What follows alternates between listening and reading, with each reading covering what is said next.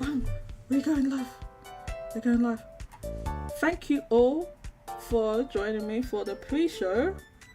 We are live now, so I'm going to go ahead and leave this Discord and go over to the on air. So thank you very much, and we'll start the little bit of prep we're going to do for our show. We'll do that thing. Thank you everyone for joining me. See you on the other side. Bye bye.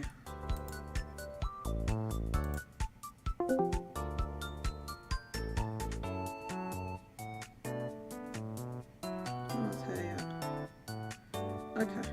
I'll mute for 1 second.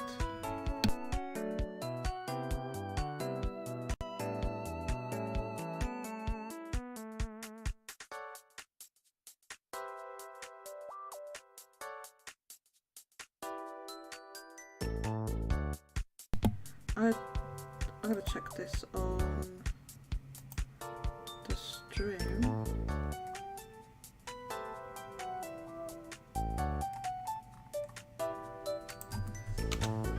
Check my own stream. Let's see if it's live. And quick sound check. Check. Oh, totally live. Yay, 5 times! Welcome! And Mario DK. I always call you Mario Kart because I don't know, I just read it as Mario Kart. Let me mute my own self on here. So I think I can be heard. Let me know how the sound is exactly. And then once I confirmation. Timo, hi! Did you see my notification? Did you see it? I fixed that notification thing. No more dead links. No more dead links. Audio good. Okay, good. No worries. Thank you, Timo. Thank you. Yeah, it's Animo! Hi! Can you hear the eShop music? That's the important thing, obviously, right? It's the eShop music. And you think my voice could be a tad louder? Okay. Well, first of all, I need to speak up. That's the one thing. And I want to raise the gain and the pattern. Oh, where's the instructions for this? Where's the microphone? That's not it. Because you can change the pattern on the back, but I never know like which. Oh no, here's the game. The game's on the back. That thing's the volume. Maybe there's a right pattern. I hope it's not making too much noise. Let me raise my. The reason I turned my volume down was because I was like hitting red bars a bit, but I'm gonna raise it a little bit. I'll raise it a little bit. I just love this eShop music. Do you know what? I do understand what people say about like, you know, the Switch not having eShop music. I do get it. I get it.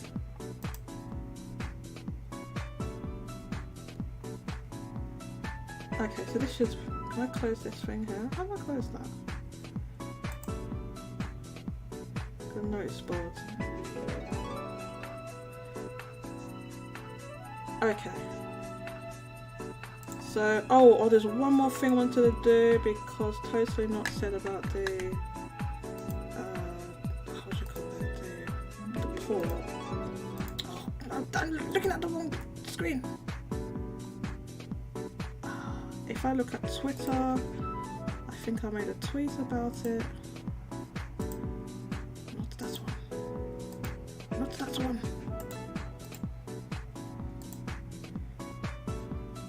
Yes. I'm going to call out Square Enix for the lack of physical. Damn you, Square Enix.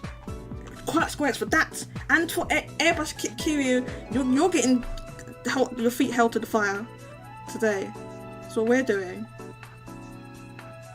You're getting away with Airbrushed Kiryu. Okay. So yeah, I'm gonna mention that.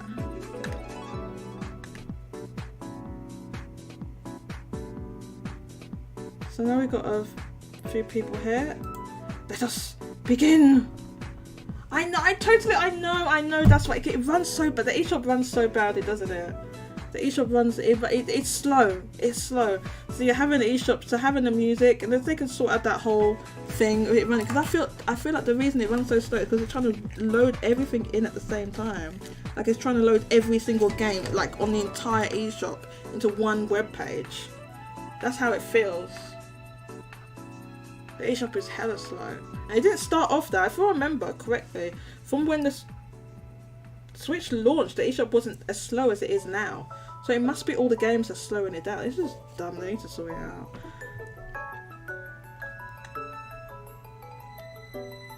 Oh yeah, I used to do that as well, Mario DK. What would you like me to call you? Just Mario? Or Mario DK? Or Mario D? Or Mario Kart? Not Mario Kart. That's just me. Because I don't know. Mario Kart in my head. Okay, let's begin. In 1 second. What the right thing on this display?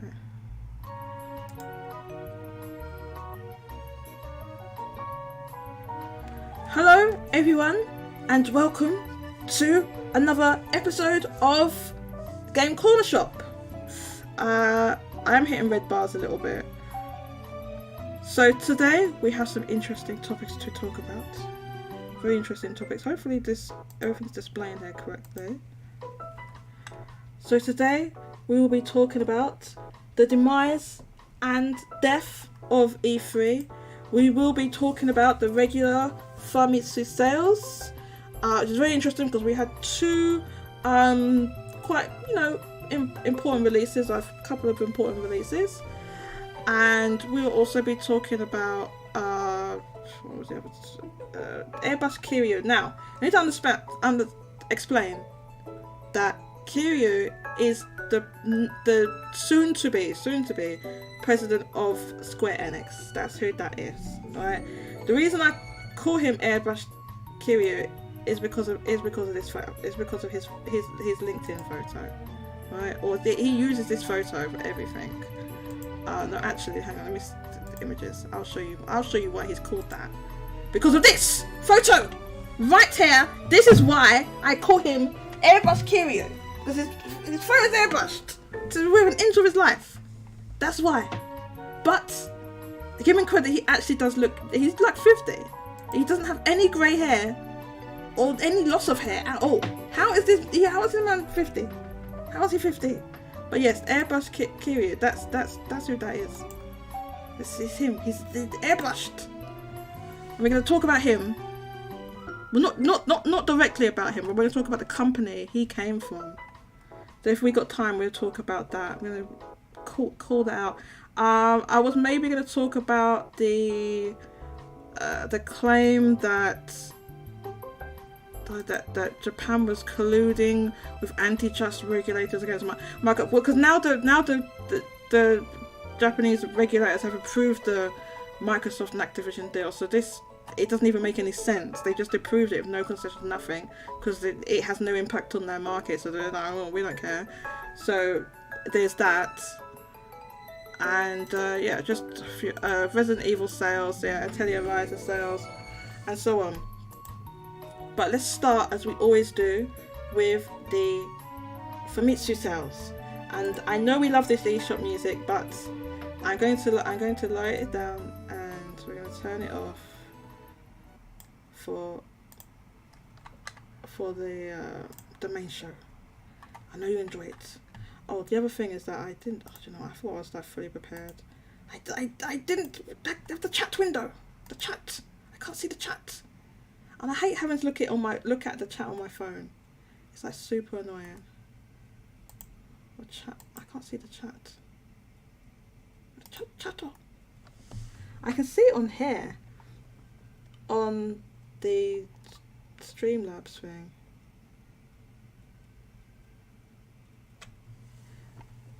Yeah, Mario D, you're right. He looks like a model doll. I thought it was a real reference to you. Maybe he's Yakuza. Who knows? Oh, you meant Yakuza the game. Oh, you meant Yakuza the game. No. Oh, you meant real Yakuza.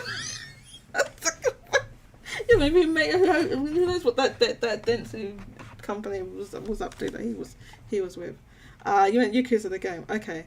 No, he's that's actually his name. That's his name. So, that's what I've been calling him, Airbrushed Kiryu. That's just my nickname for him, because you. I mean, you can see his photo and understand why I'm calling him that. Do you understand this? Hang on, I should save this image. This is, look at this photo. Look at this photograph, and tell me it's not been airbrushed a lot. Okay, so that's the reason why. That's the reason why. But okay, that's enough shenanigans. Let's start with the Famitsu sales. And let me make this bigger. Yes, I think I can close some of these windows. Did I save it on there? Yeah. See, the idea was that I can close some of the windows and not like get bamboozled like I always do when I'm searching for stuff. What was that one? We need to save Airbrushed Kiryu. So yeah, hopefully I won't get bamboozled. Yeah, let's close some of the windows. I guess I should have done this. I should have tried this out before. But in theory, because we've saved them there, we don't need to have them open here. We need this one open though. And actually, no, tell a lie, I do need Twitter open. This one. Oh yeah, no, it's open new tab. See, that's what we can do to get a new one open. So hopefully this will be less, you know, it will look better. You'll have to let me know. I'm going to open the chat up on my phone, because losing track of the chat is just so easy. Unless I pop out the chat. Maybe I can pop out the chat. I can do that, right? Chat pop out. How do I do it? How do I pop out chat? You can pop it out, right? There we go. Chat pop out. Okay, I popped out the chat. So hopefully that'll help me keep track of it. So I've got a separate window for it now. I don't like having it on my phone. Okay, I went ahead and said hi to everyone. Hi Mario Kart. What should I call you? I keep reading it as Mario Kart. I don't know why. Mario DK. I don't know why I'm doing that. Totally not welcome. Welcome Timor. Welcome Johanna. Let's read what you said. Mario DK says aging is something else, to be honest. Sakura's 52, looks about 42 at most. I know. They look so, and it's not even a joke. I've seen like, anyway, we'll get into that. Just they look a lot younger. Not everyone, but in general, they just look a bit younger. Totally not says, who knows, they could be getting some shadow money. Who's that Dentsu? That Dentsu's something else, man. Mario says, Kiryu went from Yakuza mobster to Square Enix president. Or historic rise. Isn't it the other way round? Isn't it better he went down? He went down from being a Yakuza mobster to being a Square Enix president? I don't know, Mario, what do you think? Are we talking about yeah, we could talk about that. No problem, we can talk about that.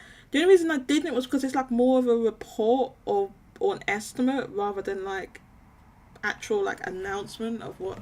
But we can expand on it and speculate about the sales and stuff like that. So yeah, that's fine. So let's talk about Famitsu sales. Okay, so we had debuting last week, so it's in the chart this week, Resident Evil 4 remake. Resident Evil 4 remake, and this launched both on the PlayStation 4 and 5. It's cross-gen. I think maybe it announced, or it seemed at first it was just PlayStation 5, and then we later on heard about a PlayStation 4 version. And I did see, like, on Twitter, or there was some article or something, people complaining, oh, why the PS4 version runs like crap, why is there a PS4 version? Well, for one big reason, well, more than one reason, obviously, but one reason is Japan. When you see these sales that you have here, and realise that if there had not been a PlayStation 4 version, the sales would have been about half, and I think Capcom doesn't want to completely lose their audience in Japan. So that's one thing. And also, just in general, you're going to have a lot more sales if you include the PlayStation 4 install base worldwide, which is over 114, 117-ish. I can't remember exactly, but it's in the 100 plus something teen millions of PlayStation 4s. So, but I do think this played a part, this situation here. So, at number 1, we have Resident Evil 4 Remake on the PlayStation 5. That sold 89,662. And you can see the sell-through bar is all right over to the red. So it's sold through very well. As I've mentioned before, some retailers have been very gun-shy with ordering a lot of PlayStation 5 units because they would end up with unsold stock. And as I've probably mentioned before, in Japan, there's not they don't have a buyback policy where like unsold stock can be resold to the publisher or the distributor. Once the retailers buy the stock, it's on them. They own it. They need to deal with it. So that's why they've been so gun shy about it. So some PlayStation 5 games have gone out of stock quickly for that reason. We saw that with Hogwarts Legacy, which went out of stock very fast and had to be reordered multiple times. So at number 2, we have Resident Evil 4 on the PlayStation 4. That sold 85,000. And again, sell-through, very good. I don't know if PlayStation 4 software faces the same issue of retailers being more gun-shy about ordering it, so this may just be because that's just how much they ordered. Can't be 100% sure, but it seems to, I think maybe different retailers are kind of trying to gauge about what they should order, whether they should order more for PlayStation 4 or PlayStation 5. So I have read or saw comments from a Japanese retailer who said something like that. So yeah, and just to quickly compare these sales to, because that's what we like to do. Like just reading off the sales is boring, right? So let's analysis. Let's talk about a little bit. So here's the. Oh no, actually, I had the. Save the. Oh, the love of God! Did I really not save that on here? Oh, here it is. Oh, never mind. Here it is. Okay, so we got the Resident Evil past sales, so we can contextualize exactly what we're seeing here. So the total is 175,000 for PlayStation 4 and PlayStation 5, Resident Evil 4, and so this sold more than Resident Evil 8, which was around 150,000, right? But less than the entries before that. So that includes Resident Evil 3 Remake was 189,000, Resident Evil 7 was 230,000, and Resident Evil 2 Remake was 265,000. So you can see there's a general downwards trend, but Resident Evil 4 Remake has sold more than the previous, like, completely brand new Resident Evil, which is Resident Evil 8, or aka Village. You know what I'm talking about. There's Resident Evil Village.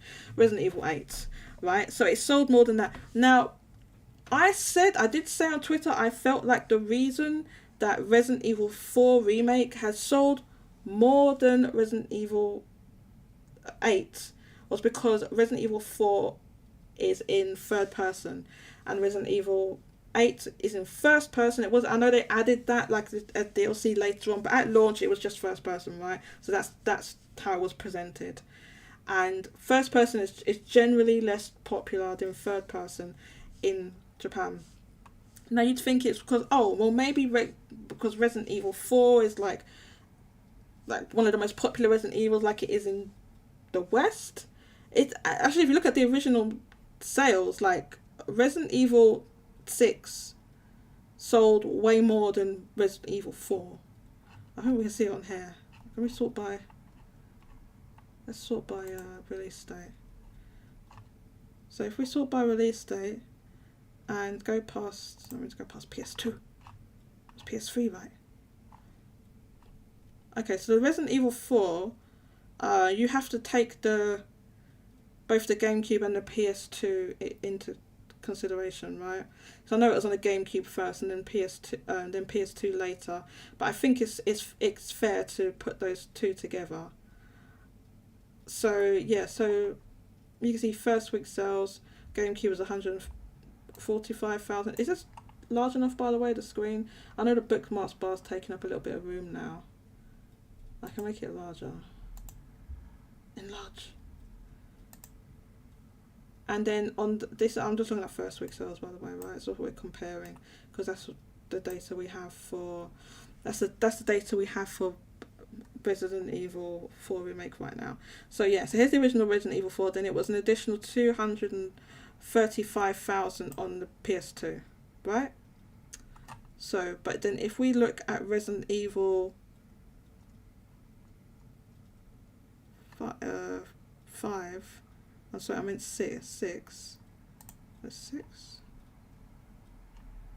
Where?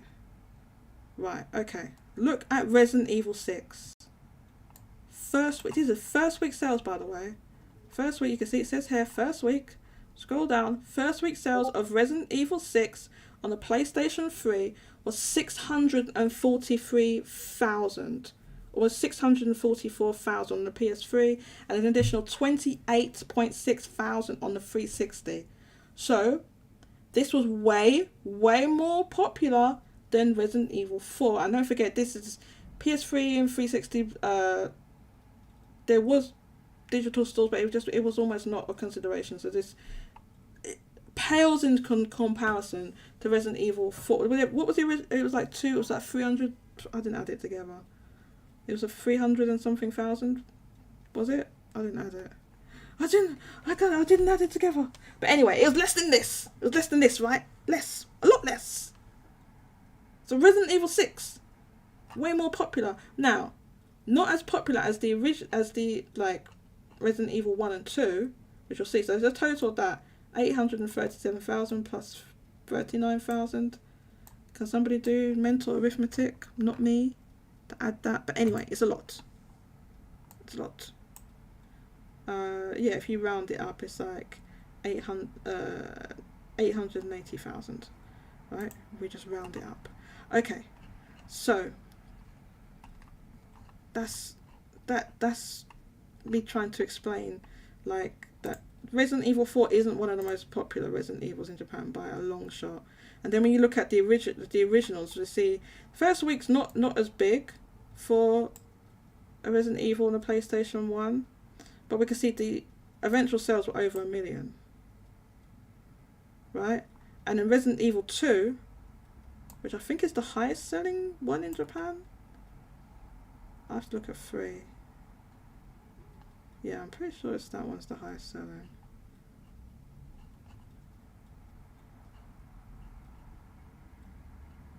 So yeah, so that's first week 1.3 million, right? In the first week, total sales is over 2 million. 2,155,000, right?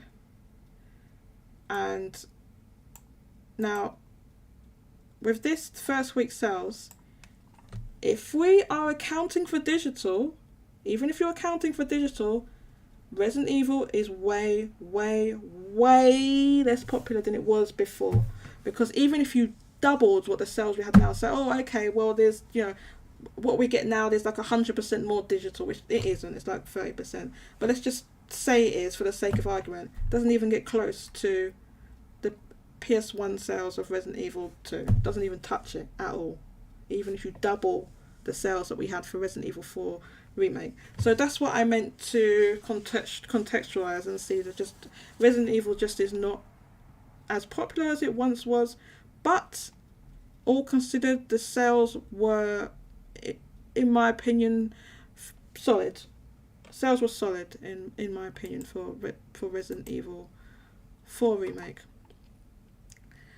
Let's see. Let me see if anyone wrote anything on. Oh, you did write stuff here. Oh, okay. Sorry, I can see all your comments.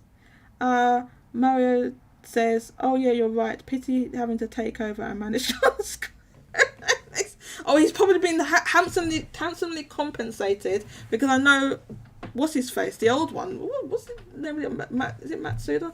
Yeah, they get it's like 5-10 million. Yeah, not as much as they don't get paid as much as when you compare their pay to what like the Western CEOs and presidents of gaming companies get. It's like not even close, but it's still. I'm sure he gets like over 10 million. 10 million US, not yen, US dollars. I'm talking US. It's over 10 million US dollars, something like that. Oh, I noticed I didn't bring my medicine over here with me. I think I don't get it. Oh, for the love of God, didn't bring my medicine. Totally Not says, there isn't an Xbox One version, only Series X, and that annoyed me. I guess you're referring to Resident Evil 4. Yeah, so again, I think that the reason, but it makes sense, right? So I honestly think the reason for that is Japan. I think that's literally the reason, because like the Xbox One in relatively did not sell like that well. We know it sold maybe like 50 million, right? And it doesn't have like a very active player base, and has like there's almost none in Japan. So that would be my guess why. I think that was taken into consideration. Maria says the title also likely started dev in 2019-ish, so PS4 being the base makes sense. We're talking about Resident Evil 4, right? Yeah, being the base, yeah, because they would have started it back then. Mario says, I think retailers have learned the lessons of PS5 software. Exactly, because they had, because they at the end of the day, they're just stuck with this stock that they can't, they have to discount it, to try and get rid of some and so on. So I think that's what's going on. Mario says, I think it seems more and more big PS4/PS5 titles seems to be leaning towards a 50-50 split. Yeah, so it used to be, so we are seeing the PlayStation 5 sales are increasing, right? Which is good, but they're not increasing by as much as we'd like to see, right? It's not, as great. But the PlayStation 4 sales are decreasing. And so please excuse my voice. I have explained this, but for new people here, I'll explain it again. I have this condition called Sjogren syndrome, right? Which, you can Google that or whatever, but it's an autoimmune disease that affects me in various ways, including making it more difficult for me to talk because I can't produce as much saliva anymore because my body's attacking itself. So there you go. So if my voice sounds croaky or breaks, or you hear me using like sprays and things like that, and I use eye drops and things like that, that's the reason. So that's why my voice is croaky and breaks and so on. But despite that, I still wanted to do it. But I know it's like, damn, why are you doing it? Why are you doing a podcast? If your voice is, because I'm trying not to let it hold me back too much. It does hold me back in ways, and that I'm not able to work a job like everyone else. unfortunately. But I try still to do hobbies and stuff like that. TOTK says, it doesn't look like PS5 is going to recover from the launch and become the main console for a while. Yes, so this is the situation in Japan. We thought that it would happen faster, and we have obviously seen the surge of PS5 adoption at the beginning of the year when supply increased. So I think that, and I have mentioned this before, that I feel that a lot of PlayStation 4 owners in that time were able to get PlayStation 5s, and they can still get them now because they're widely available, right? If you check the stores and so on. So I feel like that's why the PlayStation 4 sales have dropped off, because before it used to be PlayStation 4 software sales had a clear lead over PlayStation 5 software sales. Now it's not as much. Sometimes we see PlayStation 5 selling more, or sometimes it's just a little bit like it is with Resident Evil 4, but we have seen it more than that as well. Totally Not says, it can be pretty hard to measure sleeper hits and things that got much more acclaim after release. Could you give an example? Sleeper hits. Yeah, that has that has happened. Yeah. Mario says size is fine. Okay. About half the first week of Resident Evil 6. 876k LTD for Resident Evil 6. Yeah. Resident Evil 6 was big. And I think that's, people can correct me if I'm wrong, that's like not one that is fondly remembered as other Resident Evils in the West, at least. I haven't played. I'll be honest, I haven't played any Resident Evil games. It's on my to-do list, but I haven't played them yet. But I've watched people playing them, like on stream and so on. Mario says, that's why 2 remakes sold the best of the PS4 remakes. Because you typed that a while ago, I'm not sure the context of you saying that. Because it sold more. Oh yeah, because so you're saying because the original Resident Evil 2 sold a lot, so it's like one of the more popular ones in Japan. Yeah. That makes sense because it's like the best selling one, right? Yeah, that makes sense. J2 Blue, hi. Mario says, sorry to hear about that. Take it easy on yourself. Thank you.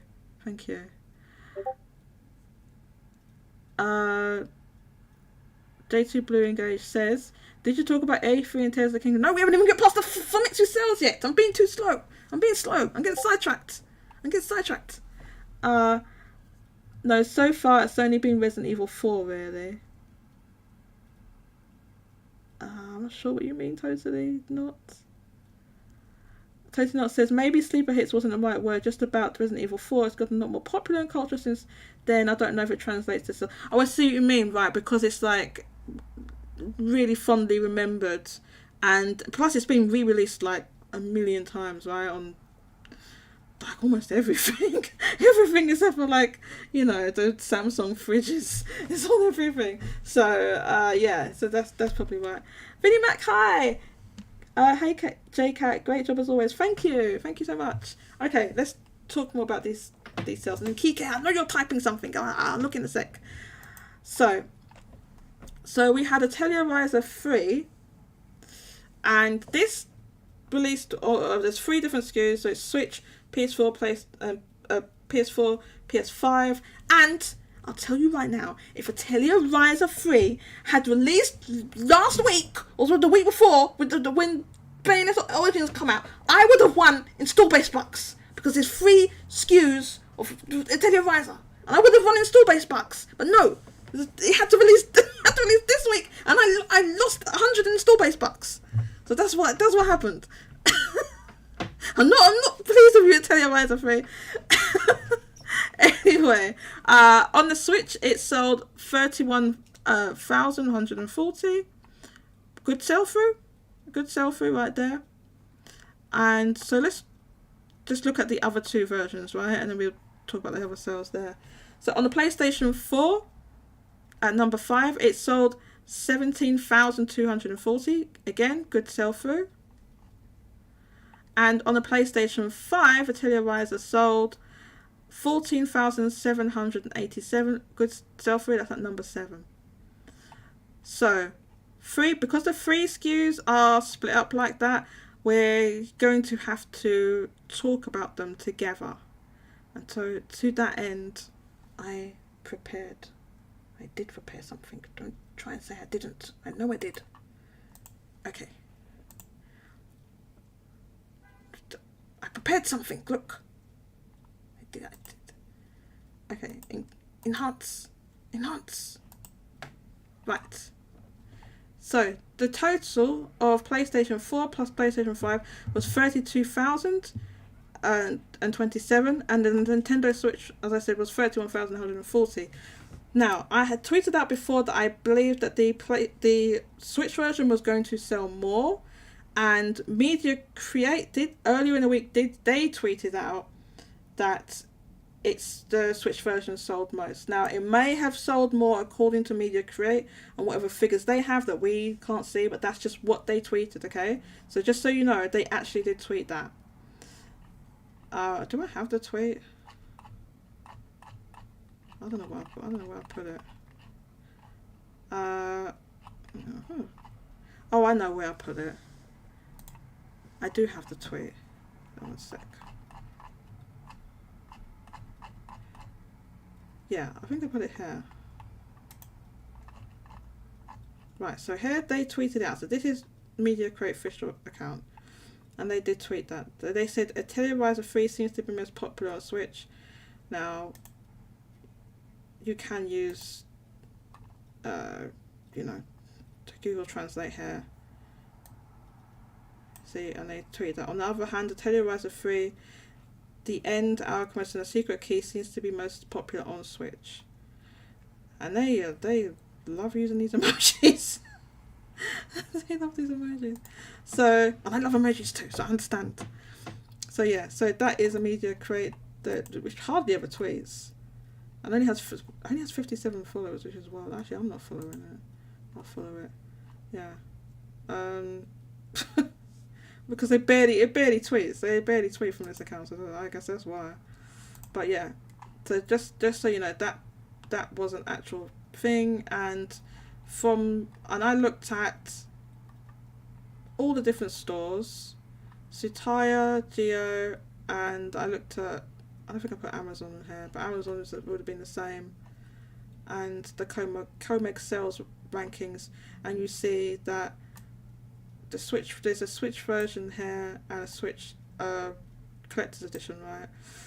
But I only put this is what charted, right? So this is everything that charted. So there would have been special editions for PlayStation 4, PlayStation 5, of course, but they weren't in this particular chart. So that's why I haven't put it here. But in Geo, you can see that 2 different collector's editions charted. So the PlayStation 4 and Switch versions of the collector's edition. And I think they called it premium box or something, but I just put C because everyone knows what that means. Charted. And same with Comeg. And before anyone starts, I know it is not called Comeg. That is what I'm calling it, okay? I'm calling it Comeg. That's what I call it. I know it's not Comeg, so don't start. So, yeah, so we had Atelier Ryza for 3 on the Switch that sold the most at Comeg, and then we had a Switch Collector's Edition and PlayStation 4, PlayStation 5. So I think it was fairly fair for me to say that I thought it was going to sell more, but no, the PlayStation 4 plus PlayStation 5 versions very narrowly outsold it. But that is good. That is good. So I'm gonna tell you why I think it's good. Now wait, oh my god. Now I'm looking disorganized again. Okay. So let's explain why I think this is good.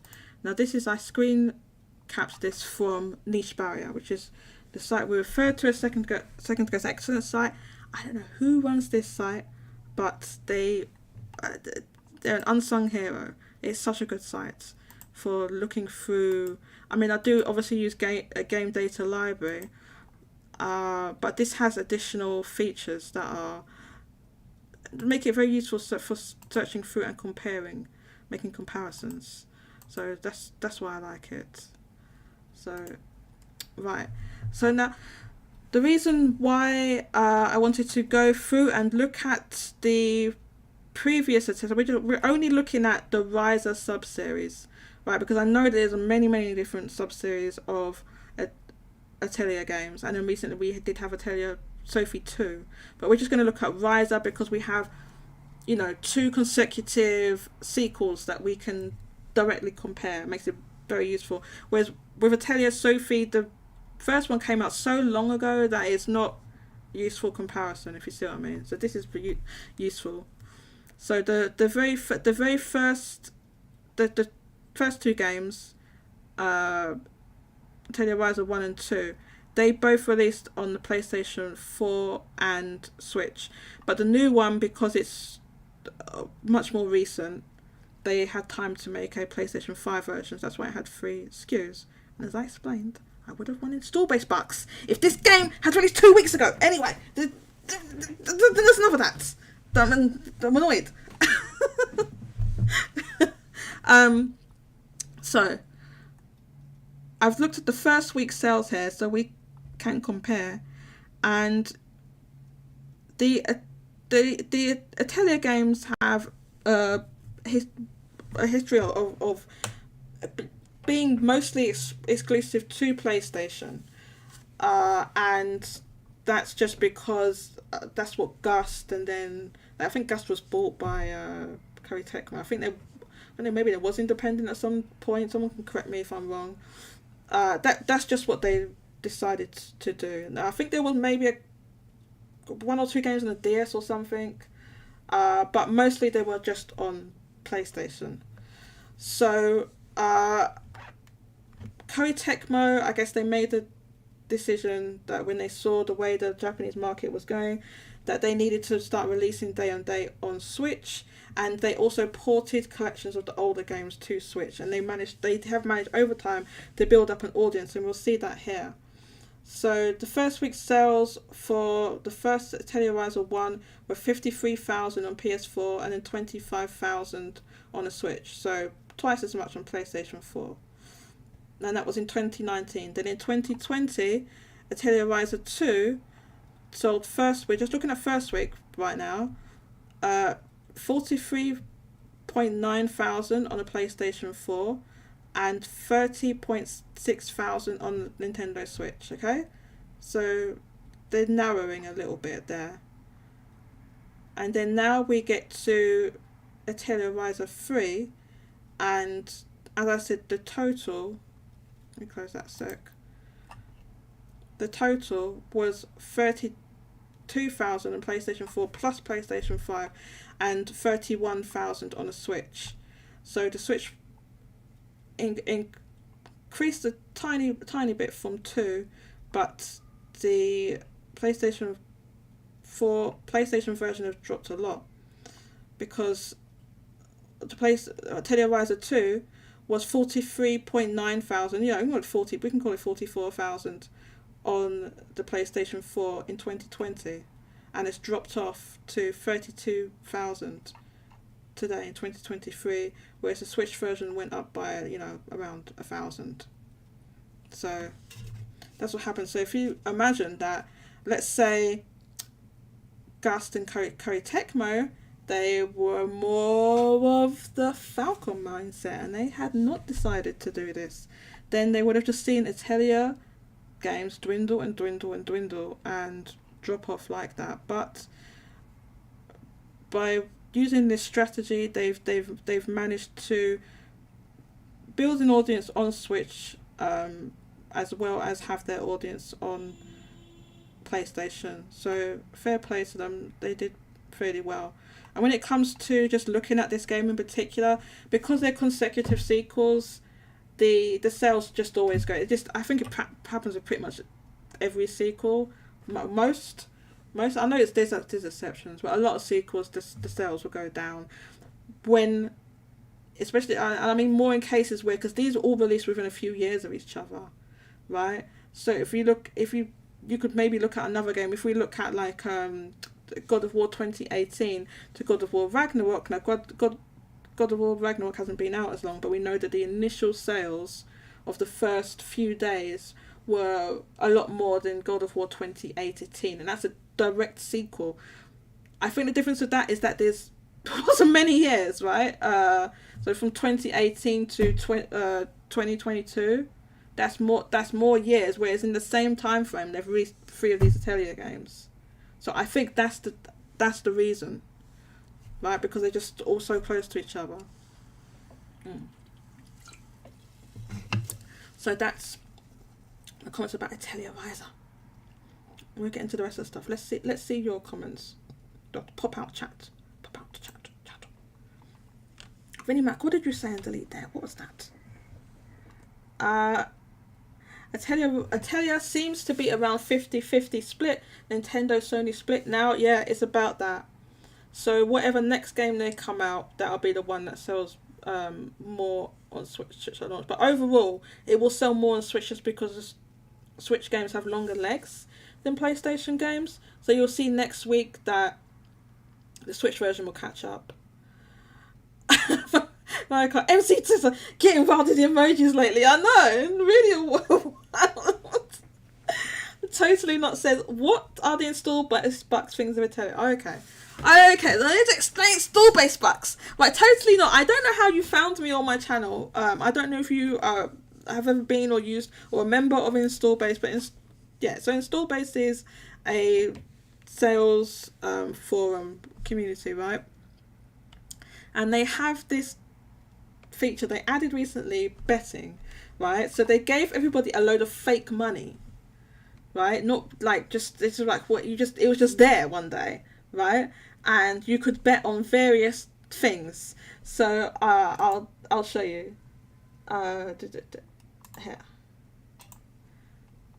So this is the official betting or install base. I'll make it a little bit bigger.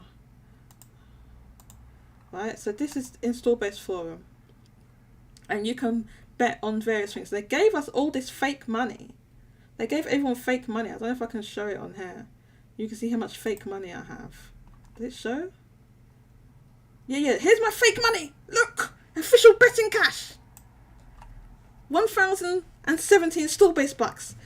Now I called it. They didn't call it install. I call it install-based bucks. I just decided to call it that. 'Cause I don't know what it's called because he's got this weird little symbol here. What is that? What's that little round circle symbol? So I just thought it's just install-based bucks. That's what I'm calling it. So this is my thing, by the way. I really like this Shin Megami Tensei background, and this my avatar is. Do you know this game? Oh, my mind's gone blank now. Sakuna of Rice and of Ruin. This is a really good indie game. It's published by Marvelous. Really good cross between a action RPG and a farming sim where you just farm. I was hoping those alerts wouldn't pop up. Sorry about that. Where you just farm rice. It's really, really good. Sorry if you heard that computer noise. It's just Windows telling me nonsense. That's the cash I have in install-based bucks. So you couldn't bet install-based bucks on these various things here, right? And now most of them are closed except for these MPD ones that they have every month, right? But these old ones are closed. So you can see they have various things you can bet on. And one of the things you could bet on was will Bayonetta Origins chart in the Famitsu top 10 in its launch week, right? So it was a yes or no question. Yes it will, or no it won't, right?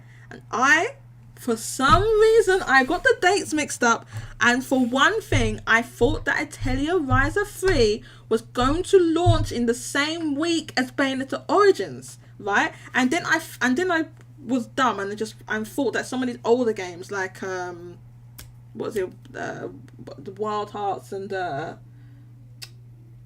Fatal Frame, or maybe they didn't hang around. They all went. So I said, Atelier Riser 3 is free SKUs. It's free SKUs. So if it had released the same week, it would have pushed down Bayonetta Origins, which means it would not have been in the top 10, and I would have won install-based bucks. But no, I lost. I lost the install-based bucks. I bet 100. Look. I bet 100. I was confident it was not going to be in the top 10. I bet 100. That was dumb. I bet 100 install-based bucks. And so look, I said here, oh man, I didn't think Bayonetta Origins would make it. I probably wouldn't have done if it was any major releases, any other major releases this week.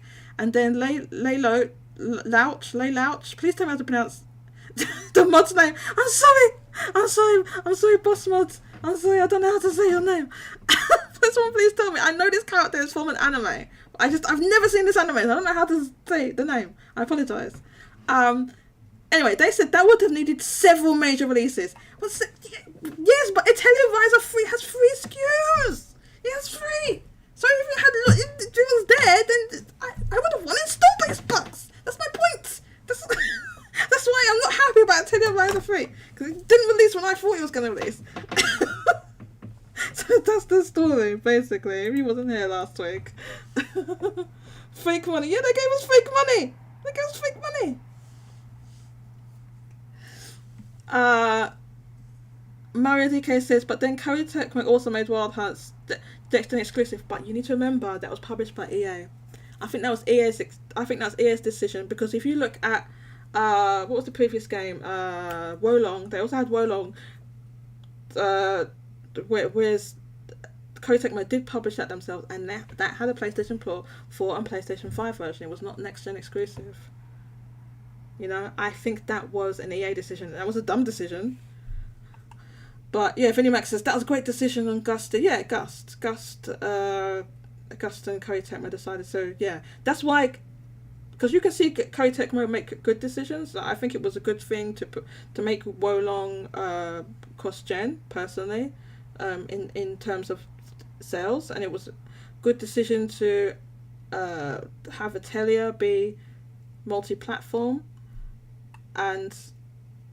But that's why I think the Wild Hearts decision to be next gen exclusive wasn't them. I don't think they would have done that if it was up to them. But EA published it, so it's probably their decision.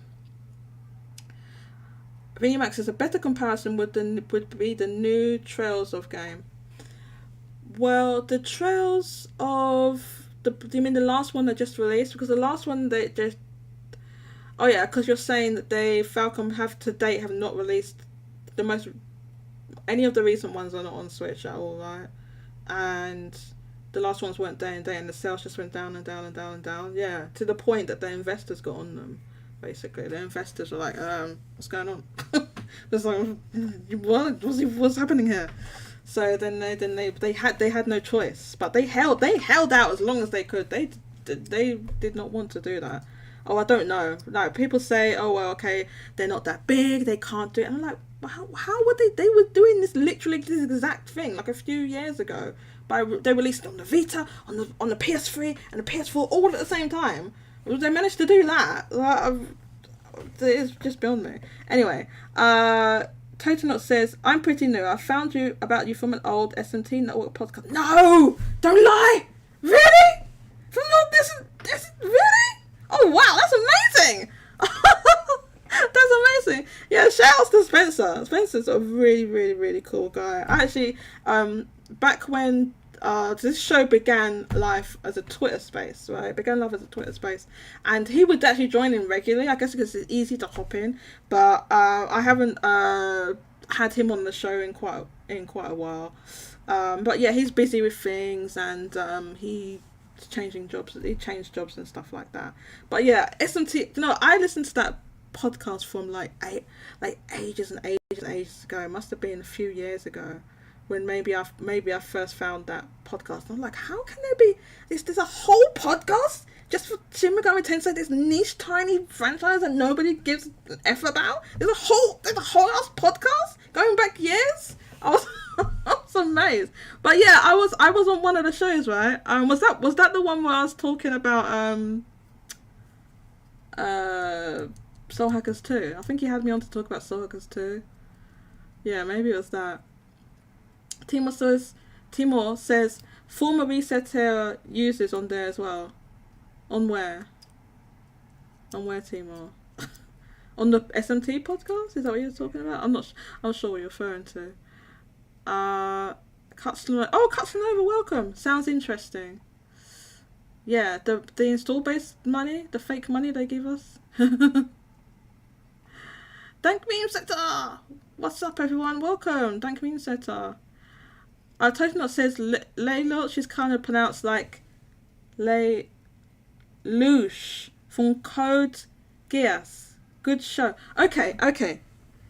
They say, I guess they say, did they say like very roosh on there? Because I guess you watching with subs. Is that what that is? No, is that what that is?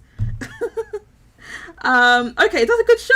All right. Okay, maybe I'll check. What's it about? Maybe I'll check it out. So you're saying it's Lelouch. Is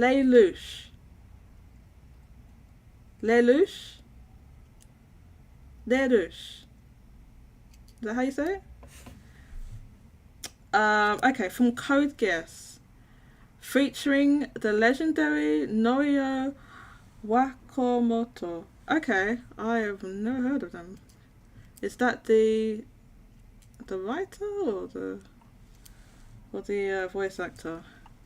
VMAX says, what I'm saying is that sales get lower and lower as the sequels extend out. Yeah, right. With you talking about Terrorizer 3. Yeah. The sales get lower and lower. It's pretty common for that to happen, especially when they're just all together. Or maybe oh no, you're talking about Trails. Okay, no, you're talking about Trails, right?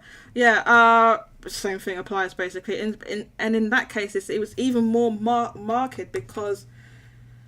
Whereas with the Atelier games, they kind of like, sometimes the old protagonists will go in the games or whatever, but you can have sort of like a self-contained story, right? And then there'll be like 3 sequels, like there's two sequels for 1 or 2 sequels. But whereas with the Trails games, don't they go over all these different sub-series and they all connect together and it's this whole thing going back 2 decades or something like that. So that's why it's difficult for people to get, how can you get into it? It's like, oh, you need to play all these old games to understand what's happening here. Or, well, by the way, most of those old games are inaccessible because they was on old platforms and we haven't re-released them. So, you know, not everybody has, I know a lot of them on PC and stuff like that, but not everybody has access to a PC or whatever. So, yeah, Timor, install base. Oh yeah, okay. So I know. So Timor, I actually was around. Like I was just full on lurk mode back then. I still to this day I still don't have a Reset Era account. And I was there when that happened, when they all left because of, you know, disagreements. And I was there when that happened. I was there. I saw the birth of install base. I actually was there when that happened. I was just lurking. I didn't have an account or anything. I just used to read it all the time. I used to go and read the Media Crate, the Media Crate threads all the time. Okay, thank me for saying hello to Cuts. Totally not says it's like a political mech strategy show. What? That sounds wild. A political mech strategy show? Okay, now it's sounding like I don't want to watch. It sounds like something like I don't want to watch. Okay. Maybe I'll look at a trailer or something. Mario says that's about right for the pronunciation. Yay. Norio Wakamoto is the VA. Does Japanese self from Dragon Ball Z. Great voice. Okay, awesome. I do not watch Dragon Ball either. I watch a lot of anime. I just don't watch like these dots. I just never got into Dragon Ball. I just never have done. I saw a little bit of it like when I was younger. I was like, I don't know. I have no idea what's going on. This makes no sense. Totally Not says, God, a Trails in the Sky port on Switch would be amazing. Is that not on Switch? So that's what I'm talking about. Is that not? I assumed that was. Is it not? I thought that was. I thought that was. I'm not okay. Maybe it's not. J2 Blue Engage. Never watched Code Geass, but I heard it's good. Okay, so I need to take a really, really quick break because I was dumb and did not bring my medicine in here with me, and I need to go and get it. I need to go and get the medicine. So I'm going to take a quick, very 2 minutes. 2 minutes. I'll be back. Okay, 2 minutes.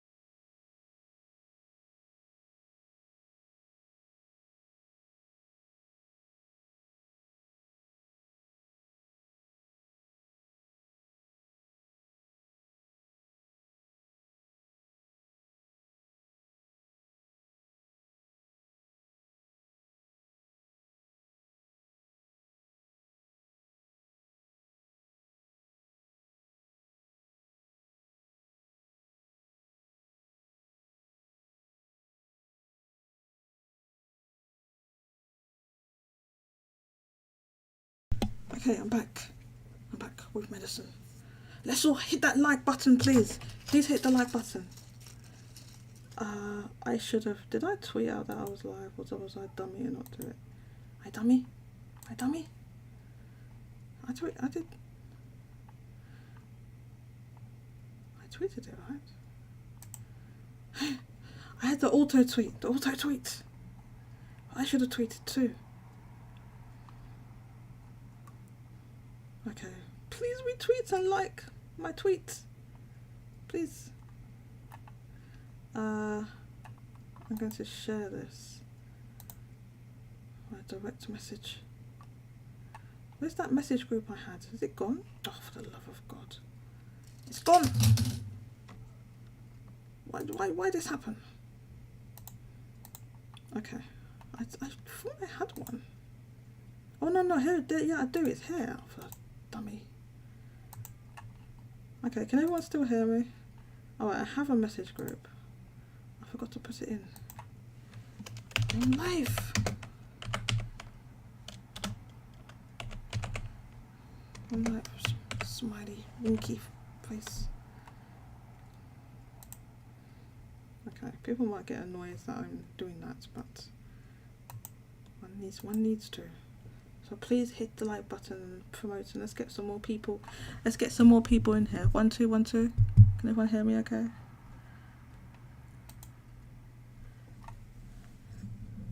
Thank you, Timor. Thank you. Okay, let's get back to it. Right, so that's the whole install base bucks story. Let's take a look at the sales we missed. We didn't finish doing it. So Kirby Return to Dreamland Deluxe sold an additional 27,000. That's at number 4. At number 6 we have Pokemon Scarlet and Violet, sold 15,000. Additional 15,000. Then we have Tellurizer 3 on the PlayStation 5 at number 7, sold 14.7 thousand. At number 8 we have Splatoon 3, that sold 12,000. Number 9 Mario Kart 8 Deluxe sold 10.7 thousand. Number 10 Minecraft sold 8.3 thousand. In terms of new releases, we also had Grim Guardians Demon Purge. Now, in English speaking territories, the name of this game has been changed to Gal Guardians because of some sort of copyright with some other game or property or something that has a similar name. But in Japan it's still called Grim Guardians, it's the original name. But if you're wondering what game it is, it's Gal Guardians in the West, or at least in English speaking countries. I think they had to change it. So there's a Switch version of this game. Now, I did read, someone did write this in the install base, that they made the decision to make a PlayStation 5 version of this game, but no PlayStation 4 version. And was that a good decision? Let's look at the rest of the chart and we'll find out. We had another new release. This is Shin Kamen Rider, a Shin Kamen Rider game. It's like a beat 'em up.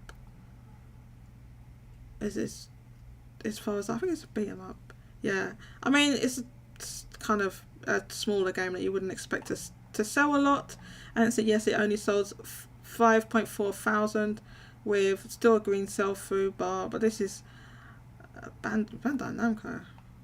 So Bandai Namco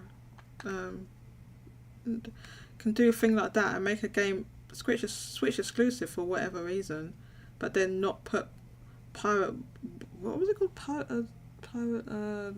One Piece, Pirate Odyssey or whatever on Switch. That was dumb. Anyway, so then we got a lot of usual suspects. We have Hogwarts Legacy, PlayStation 5, still holding in at number 16, so an additional 4.4 thousand. Octopath Traveler 2 on the Nintendo Switch at number 17, sold an additional 3.5 thousand. The other two versions, I believe, left the chart last week or the week before, can't remember. And then the only other that's a new release as well. Okay, so I wondered what this game was, and it's not World Seeker. No, I got it confused with a lot of those games they just haven't released on Switch, and it was whichever one. I think maybe World Seeker is on Switch, but Odyssey isn't. And the One Piece Pirate Warriors 4 is, and that was the one that was charting all last year because of the movie and everything. It was charting. So this game, this is a shoot 'em up. So I had to look this up. I'm like, what is this game that they've made only on PlayStation 5? So this R-Type 3 Final. Now apparently it's an extended version of R-Type 3 or R-Type Final 2, but with a load of extra levels and ships and things. And the other two games are on Switch, PlayStation 4 and PlayStation 5, and I guess PC as well. But for whatever reason, it's like, nah, this one's only on PlayStation 5. Well, there's the result of that decision. 2,000 sales. And then Wolong, we got hanging on. So an additional 2,000 on the PlayStation 5 and number 27. Bayonetta Origins at number 28 sold an additional 1.9 thousand. Still big fat green sell-through bar. It's about what I expected for this game.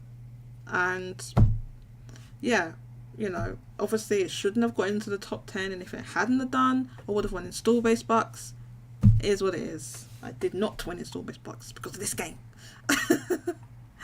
And then yeah, we have sneaking in, just at the bottom, just sneaky.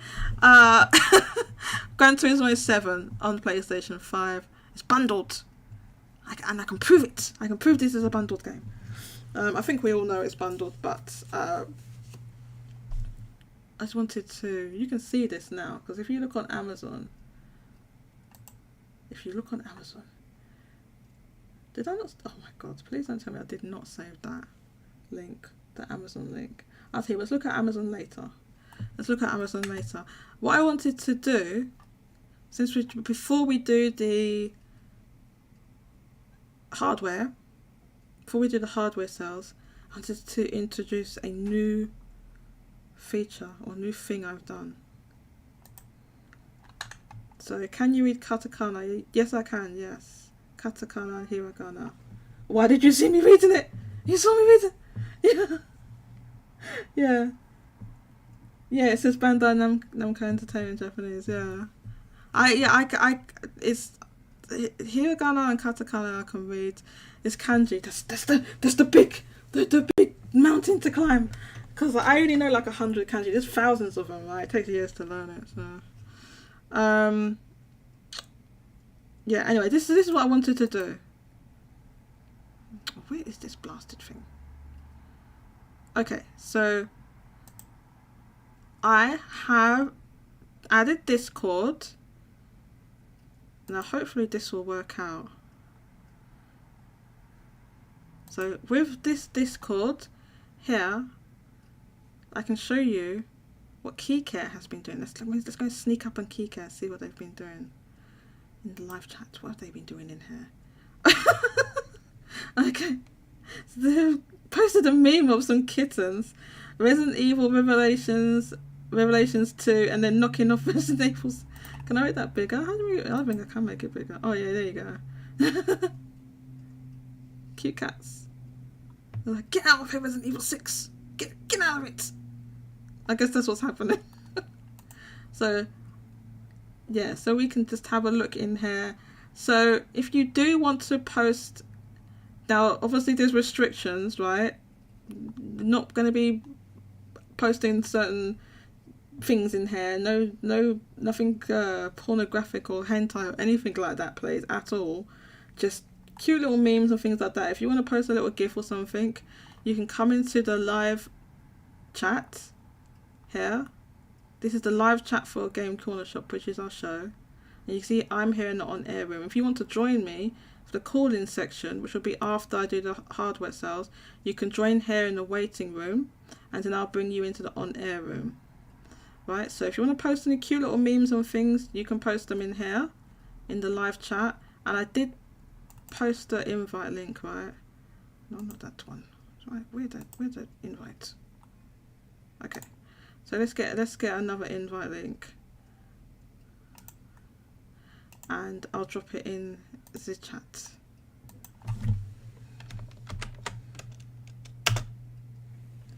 There.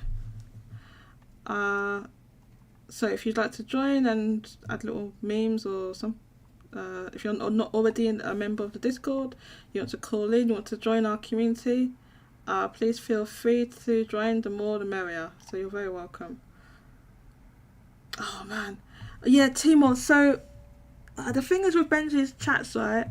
I don't know when he's doing it. He didn't do it. I know, because like the last there was one that I couldn't. I've modded almost every single one of his chats ever, but the one before last I missed. Because I was doing my show, which I had started a bit later, and unfortunately there's not like a lot of warning that he gives when he's going to do it, and he said early in the week he was going to do it on Thursday or Friday, so I was hoping he was going to do it yesterday. He didn't, so I'm like, okay, he's going to do it today, but because I'm doing when I started this show at my time, it's still early for him, so yeah, I don't know. I'm not gonna cut the stream short. No, I'll just wrap up the show as normal and then hopefully go and join. I'm not gonna cut this stream short because I have no idea when he's gonna go. If it was a set time, then I would have adjusted my time accordingly. But I won't cut it short. But I will go and try and go over there and mod. Yeah. Thank me, Santa. Still haven't recovered from losing that one bet. Who, me? What bet are you talking about? You're talking about Bayonetta Origins. I'm not bitter about that at all. Thank me. I have no idea what you were implying. That's all. Mario Kart. I keep going to call you Mario Kart. Mario DK says, interesting that Wolong has better legs and staying power on PS5 than PS4. Yeah, PS5 than PS4. Yes, it's very interesting. It's very interesting. I think because a load of people recently was able to get the PlayStation 5s. So because it's a newish game, probably a lot of people are picking that one up.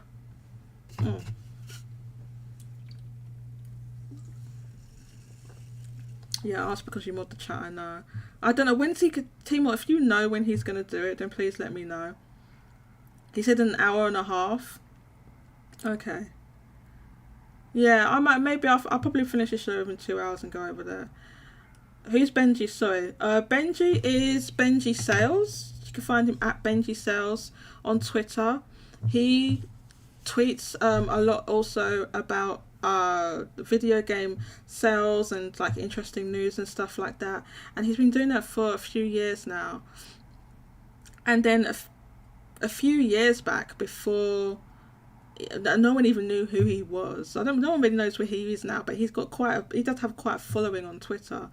But he started doing like some just videos, and then he started doing live chats. So then, like years ago, there was like let's say, you know, maybe racist people and bots and things that were coming into his chat, and I said, oh, can I mod because it's like getting out of hand? And he said, yeah.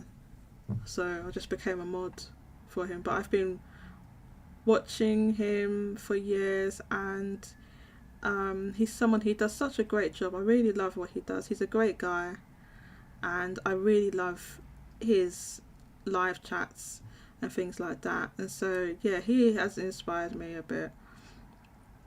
So yeah, he's a great guy. At Benji Sales, I think it's the same name on YouTube. And he does live chats where he discusses video game sales and news, and he more like he would talk about MPD and stuff like that. He more talks about the Western stuff.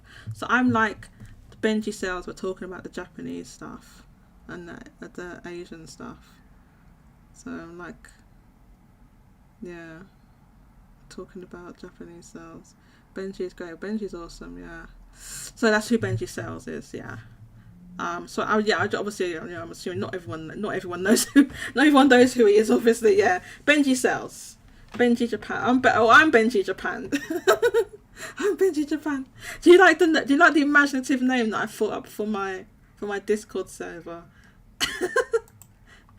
Josie's JP Sales chat. I can think. Oh, thank me with the memes. Thank memes. Oh, okay. You did. Oh, you all came in here and posted some memes.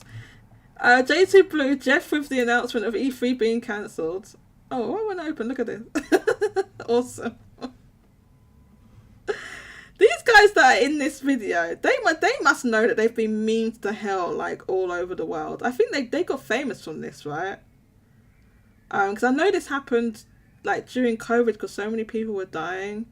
Yeah, anyway, I won't get into that. It was a hard time for everybody, I would say.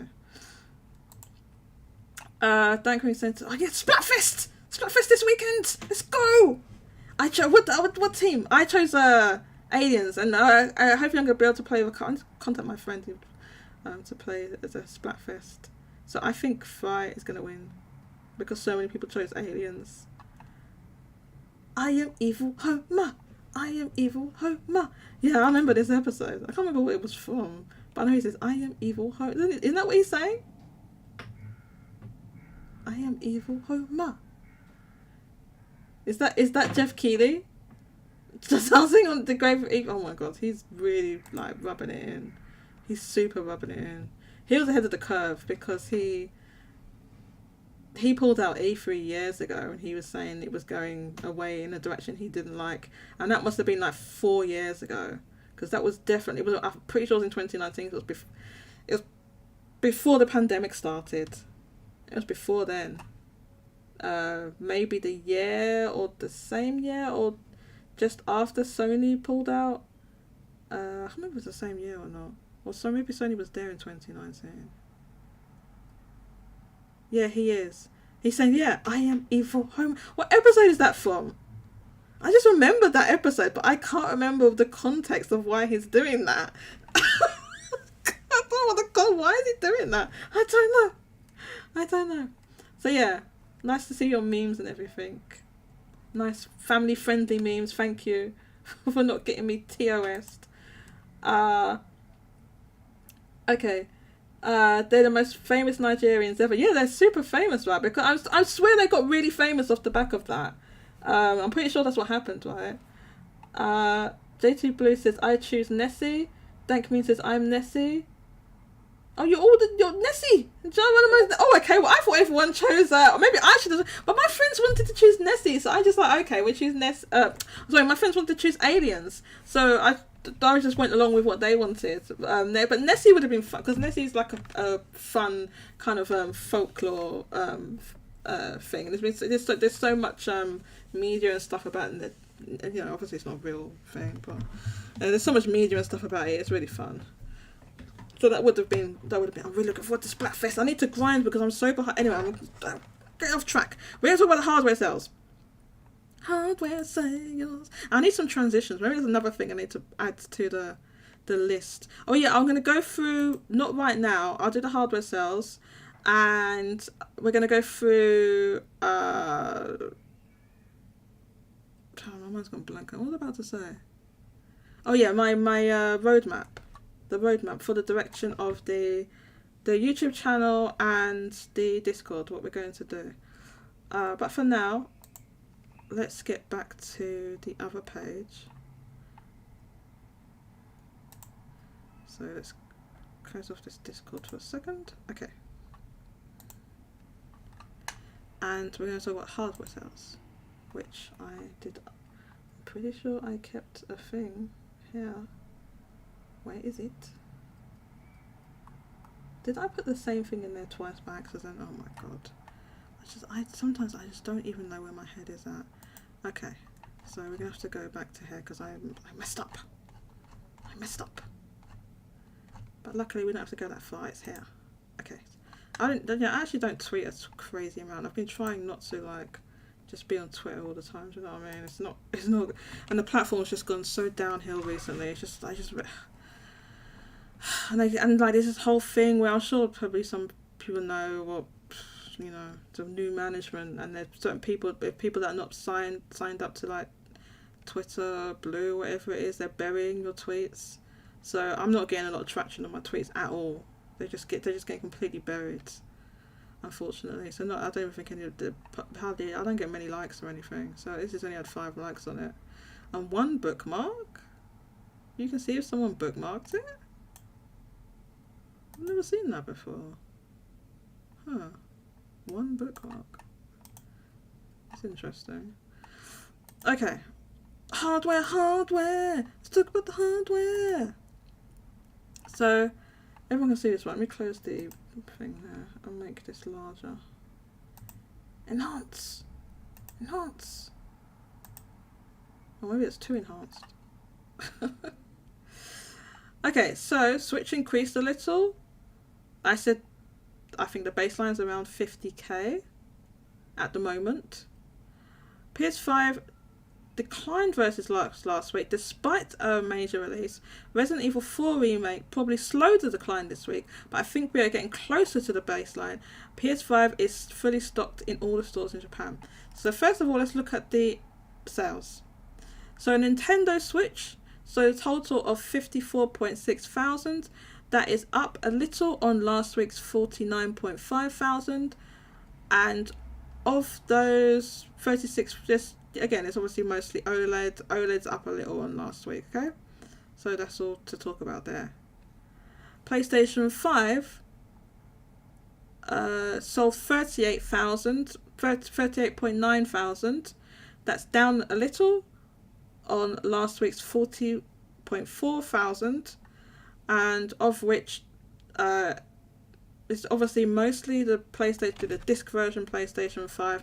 Interestingly, that's about the same as last week, although there's less digital editions. Basically, is what's happened here. Yeah, so 34,000 and 34,000 last week of PlayStation 5 with the disc.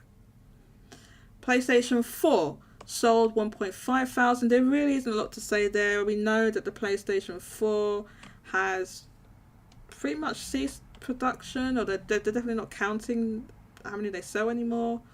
So this is just getting through the last few of PlayStation 4s. Xbox Series, it's just so hard for me to see what's going on. It's about the same as last week. It's 583, and last week it was 555.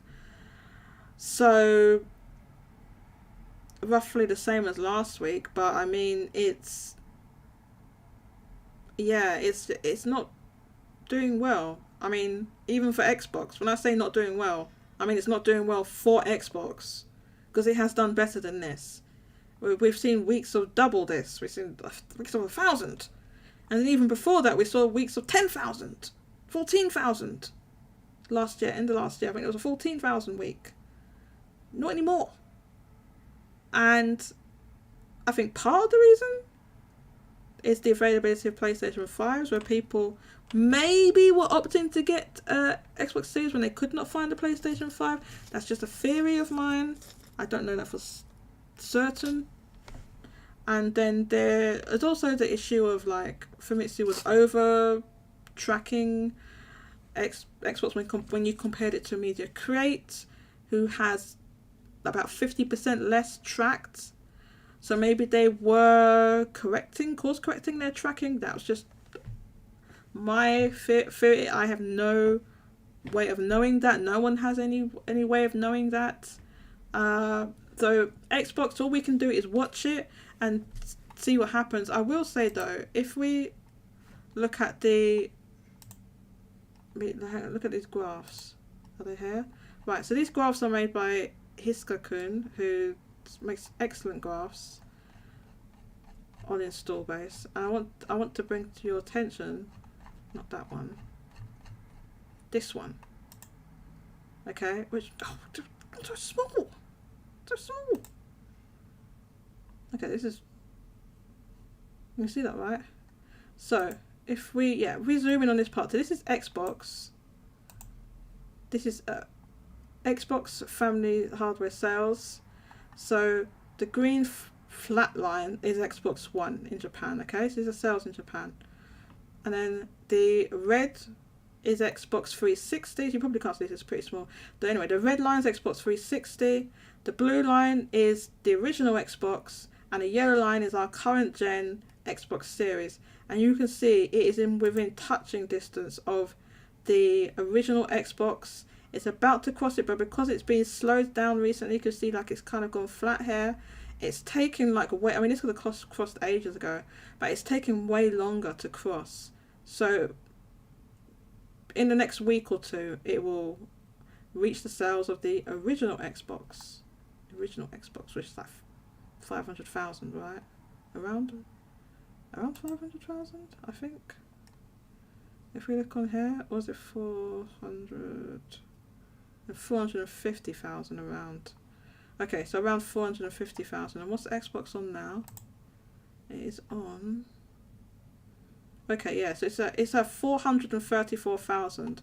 So yeah, maybe, you know, looking at the graph, it's not like 100%, like, I'm just going by eye, obviously, but it's within touching distance of the original Xbox, so maybe it'll reach those sales. I think though that the sales of the Xbox 360 are out of reach for the Xbox Series, because that's sold around 1.5, 1.6 million, something like that. So I think that's out of reach, but the original Xbox, it will reach that, yeah. Which obviously doesn't take a lot of intuition to realise that, but I just wanted to bring that to everyone's attention. Now, the thing to discuss here is what has happened with PlayStation 5 and what is the baseline. We have discussed this extensively, of course, but this week was a very, very, very interesting data week, because we did have what, I mean, I would call Resident Evil 4 a major release. I did see maybe some back and forth on the Famitsu forum, or Media Crate forum on Install Base. Some people contesting that it's not a major release. Now, I mean, I can ask people's opinions here. To me, that seems like a major release. I feel like it's a major release in the West, and it's a major release in Japan. In both, in terms of its history, obviously, Resident Evil doesn't sell what it used to sell, but I feel like that was a major release for the PlayStation ecosystem. It's not exclusive to PlayStation. It is also on Xbox in Japan, but nobody's even aware that that's the case. They don't even know. In the average gamer doesn't know. When you go into the stores, it doesn't say it anywhere. There's no sign. There's no like in-store merchandising that says anything. It all just says PlayStation. It's perceived as a PlayStation exclusive, even though it is in fact not. That's how it's perceived. So I feel like it's important for the PlayStation ecosystem in Japan, if you see what I mean. So that's why I feel that that's a major release. Some people maybe are saying it's not a major release. What does everyone in chat think?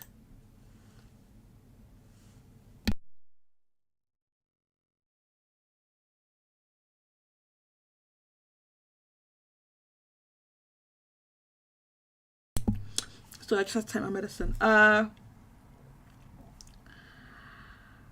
You say it's a major release, Geronimo? I feel like it's a major release. Oh, I didn't see this. Totally Not says, wish I could have stuck around until the call-ins, but I got to head off to work. Hope the rest of the show goes well. Thank you so much, Totally Not. Sorry, I only just saw your message because I was looking at the other page. Your page, because I'm I don't have a dual screen setup. Like, I know this is why streamers have a dual screen set up, because you can't.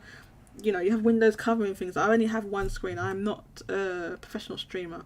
Thank you so much for joining Totally Not. I hope you can check out the VOD later when you get off work. Thank you so much for coming through. Mario says, maybe Famitsu is tracking Xbox more accurately now. Maybe, I don't know. What do you think? It's kind of like, it's kind of a head scratcher, right? What is going on?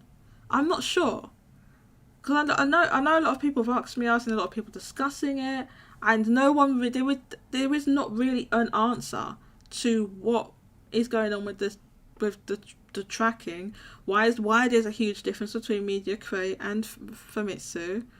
Why the sales have dropped now and they don't seem to be picking back up? Like I said, I think it's because possibly because the availability of PlayStation 5 played a part. Not the whole reason.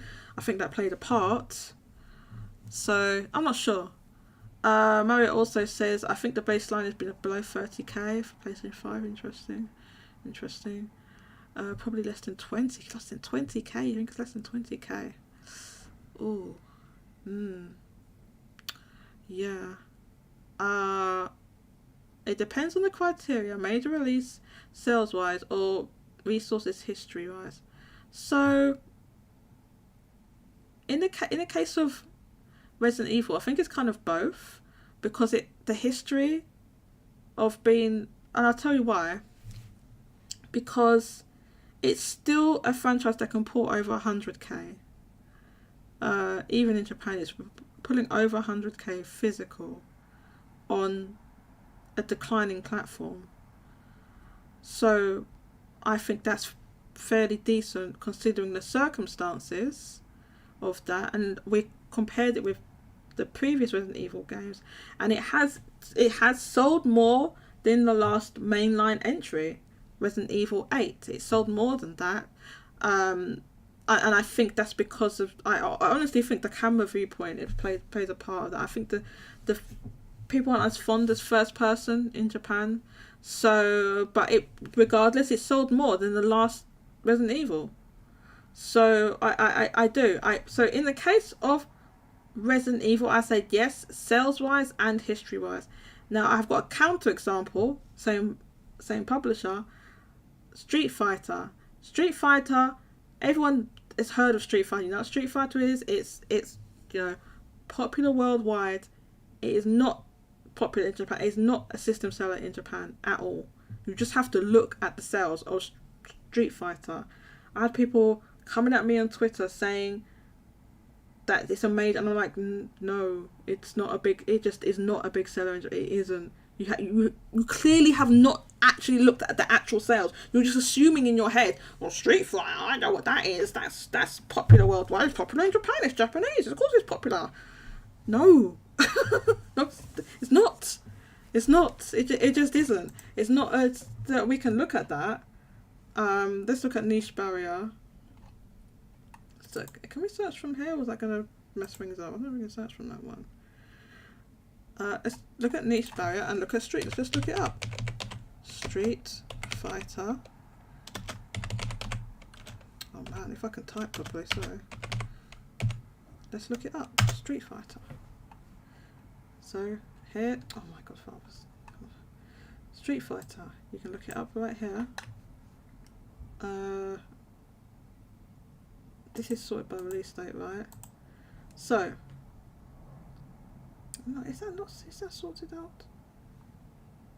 StreetCon 2010, the final. I think that's a mistake. 2010, the final fight. Oh, that was something that was put in there. Are these in the right order? Okay. So it's the stuff mixed up a little bit here. I don't know why it does that. Can we go? Yeah, I still feel like they need to, like, maybe refine the stuff a little bit on niche barrier. I guess they're still working on it. That's fine. Okay, so yeah, so from, what this was selling, the sales, the totals, we can look at the total sales because some of the first week sales are missing because it's so old. Some of that data is missing, right? So we don't have like the first week for some of them. So let's just look at the total sales. Street Fighter 2 on the Super Famicom, 2.8 million. Street Fighter 2 Turbo on the Super Famicom, 2.1 million.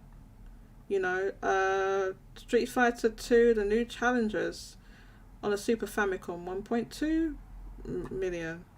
Right, and then we had releases on the 3DO, the Sega Saturn, PlayStation 1. This is Street Fighter movie. There was a Street Fighter 2 on the... Is this a Game Boy? Is GBM mean Game Boy? I guess it's Game Boy. It's got to be, right? GMB? Game Boy. It's got to be. Yeah, so there was a Street Fighter 2 on the Game Boy. We can see Street Fighter Alpha on the PlayStation 1. 362,000. On the Sega Saturn, it sold an additional 291,000. We can see the sales. It's in the hundreds. It was millions. Now it's in the hundreds of thousands. Coming down like we were in 19. We started in 1990. We're in 1996 now. Street Fighter 2 Alpha on the PlayStation 2, and it was on the Sega. It was on the. Was it on all three of these? Okay, so it was on the PS1, Sega Saturn, and Super Famicom, which must have been super old at that point. That to have those all those at the same time. But yeah, it's 538,000 on the PlayStation 1, 309,000 on the Sega Saturn, 77,000 on the Super Famicom. That's just Street Fighter Alpha 2, right? Street Fighter EX Plus, is that Alpha? Does that mean Alpha as well? On the PlayStation 1, 200,000. So the sales already dropping. Street Fighter Collection, X-Men vs. 80,000, 66,000. PlayStation 1 and Sega Saturn. you know, we're dropping. We've got these like more spin-offs. Okay, look, Street Fighter Alpha 3 on the PS1, 500,000. I don't know why it does that. See, we're dropping off already. Street Fighter. What's? Okay, that's got to be Dreamcast, right? DCT, Dreamcast. Street Fighter 3 Alpha. So they re-released it on the Dreamcast and the Saturn again, but we don't have data for that one. So it's not everything is because, you know, don't have data everything. So it's quite far back. So, you know, we're seeing all these re-releases and crossovers and stuff. You know, different editions. Street Fighter 3 Third Strike on the PS2, 49,000. Right, it's just like this. I guess this is that drop off that Mario was talking about. Look what happened. It's already, you know, look how much it's dropped off. Then we've got releases on the original Xbox. Like that's almost the original Xbox, right? PS2, PS1, PSP, selling hardly anything. You know, 15,000, 10,000. Collection on the PS2 selling 44,000. You know, these are different collections, different editions. I won't go through every single one of these. But we're, you know, now we're into the 2000s. We're in the 2000s. So, Street Fighter 4 on the 360 and PS3, right? So it's a brand new one.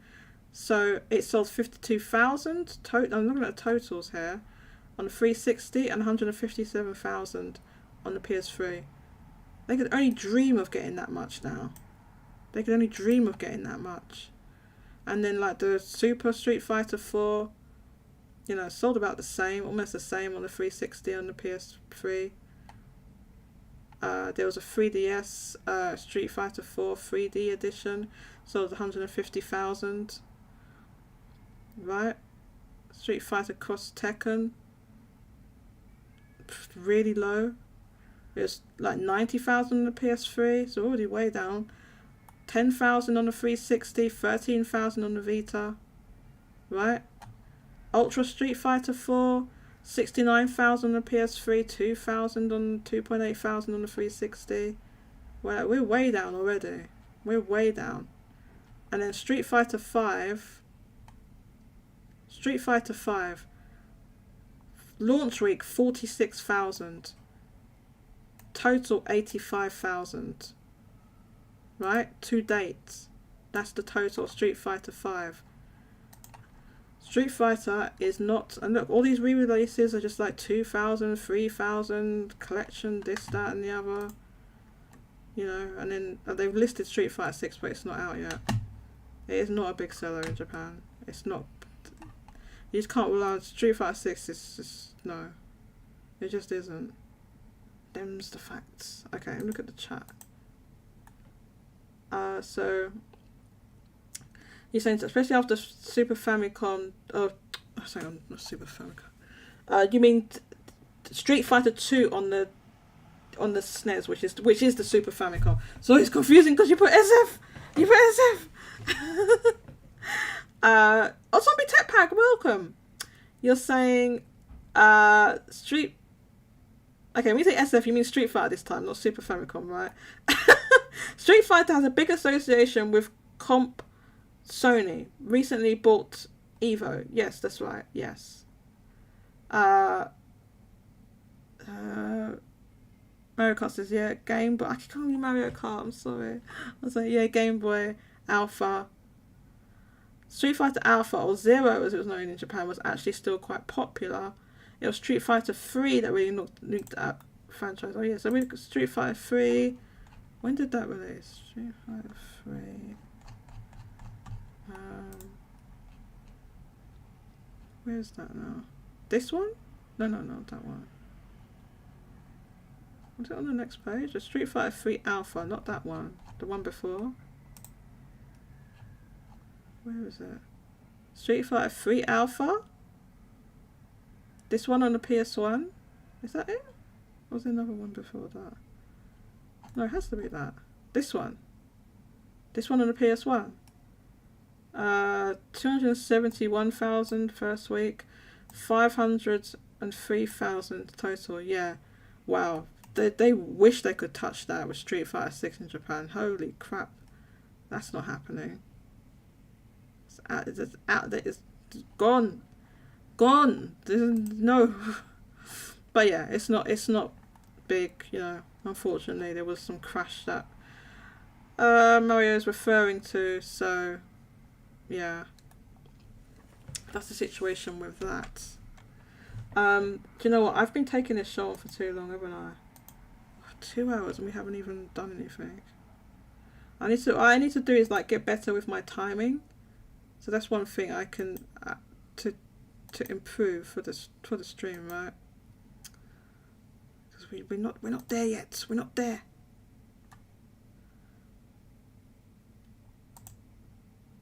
Okay, so if anyone wants to join me, now's the time for you to hop into the waiting room and let me know. Just send a message through Discord. You can put it on the live chat or the notice board. I'll see it pop up. Just because sometimes when people go in that waiting room, I have no idea they're in there because I can't see that screen. You know, maybe one day I'll get a second screen, but I don't have that set up right now, so I can't do that. It is a little. I mean, I do have another old monitor, but it's so old. Like, can I connect that up? It's like really old. You're interested in joining? I'd love to have you on, Mario. I'd love to have you on. Anytime, hop into the waiting room. Hop right in. Hop in. Okay. So, our next subjects were, Kika says, I'll see if I can work as everything. Kika, no obligation to come in at all. It's always a pleasure to have you. It's fantastic talking to you. You will not win that bet. That's why I wanted to say, you saw one of my things and I was going to set up a bet. The bet to that Kika says, and Kika is on there's receipts. Kika said it last week on the show that they said that Final Fantasy 16 will sell less than 100,000 first week in Japan, and I said no, it won't. I'm not even I'm that pessimistic. I don't think it's gonna sell. No, that's why I wanted to set up a betting bot. Because they have that bet on install base, but it's closed. Like they've closed them all off now. You can't bet anymore. So I thought we could make our own one, but I need to work out how to make how to get a betting bot for the Discord server. Wait, I just got a couple of messages. Oh, Mario, you're here. Yes. No. What I'll do is I will bring you in. Give me a couple of minutes, and then I will drag you into the on-air room where I am. So just hold on. What was we going to talk about next? What's the next subject? I'll tell you what we'll do. When I bring you in, we'll talk about Live Alive. Because you wanted to talk about that, right? You wanted to talk about that. We didn't have any... that was the subject. Those are the main things. Like, we've covered the Famitsu sales. Now, the other topics were, we basically did cover Resident Evil sales, Resident Evil Atelier Riser, and E3 being dead. Now, I don't have any particular. Okay, just ignore that. That's just my phone going off. Now I've lost my train of thought. What was I saying just now? I forgot. I literally just I was so distracted by the phone. What was I literally just saying just then? I said something.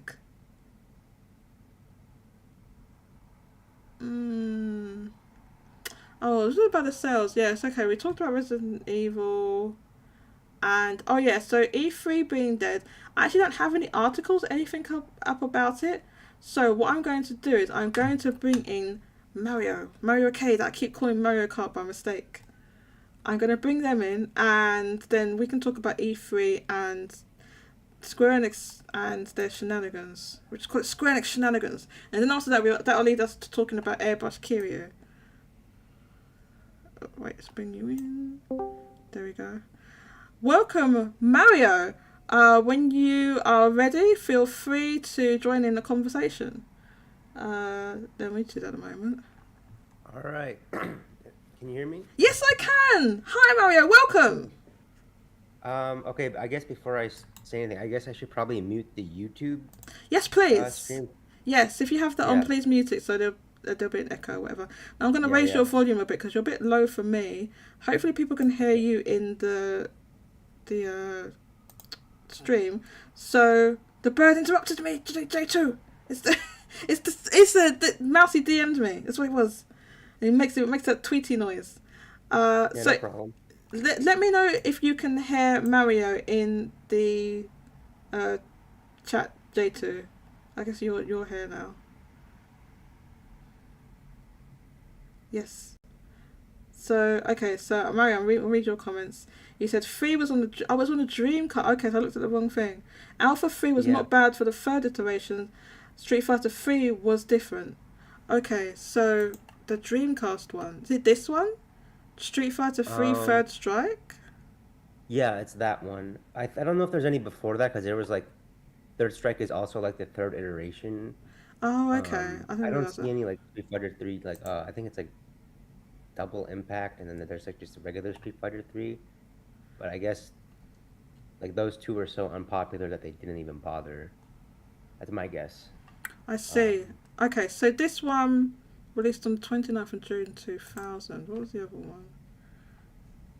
Oh, where's our next page? yeah.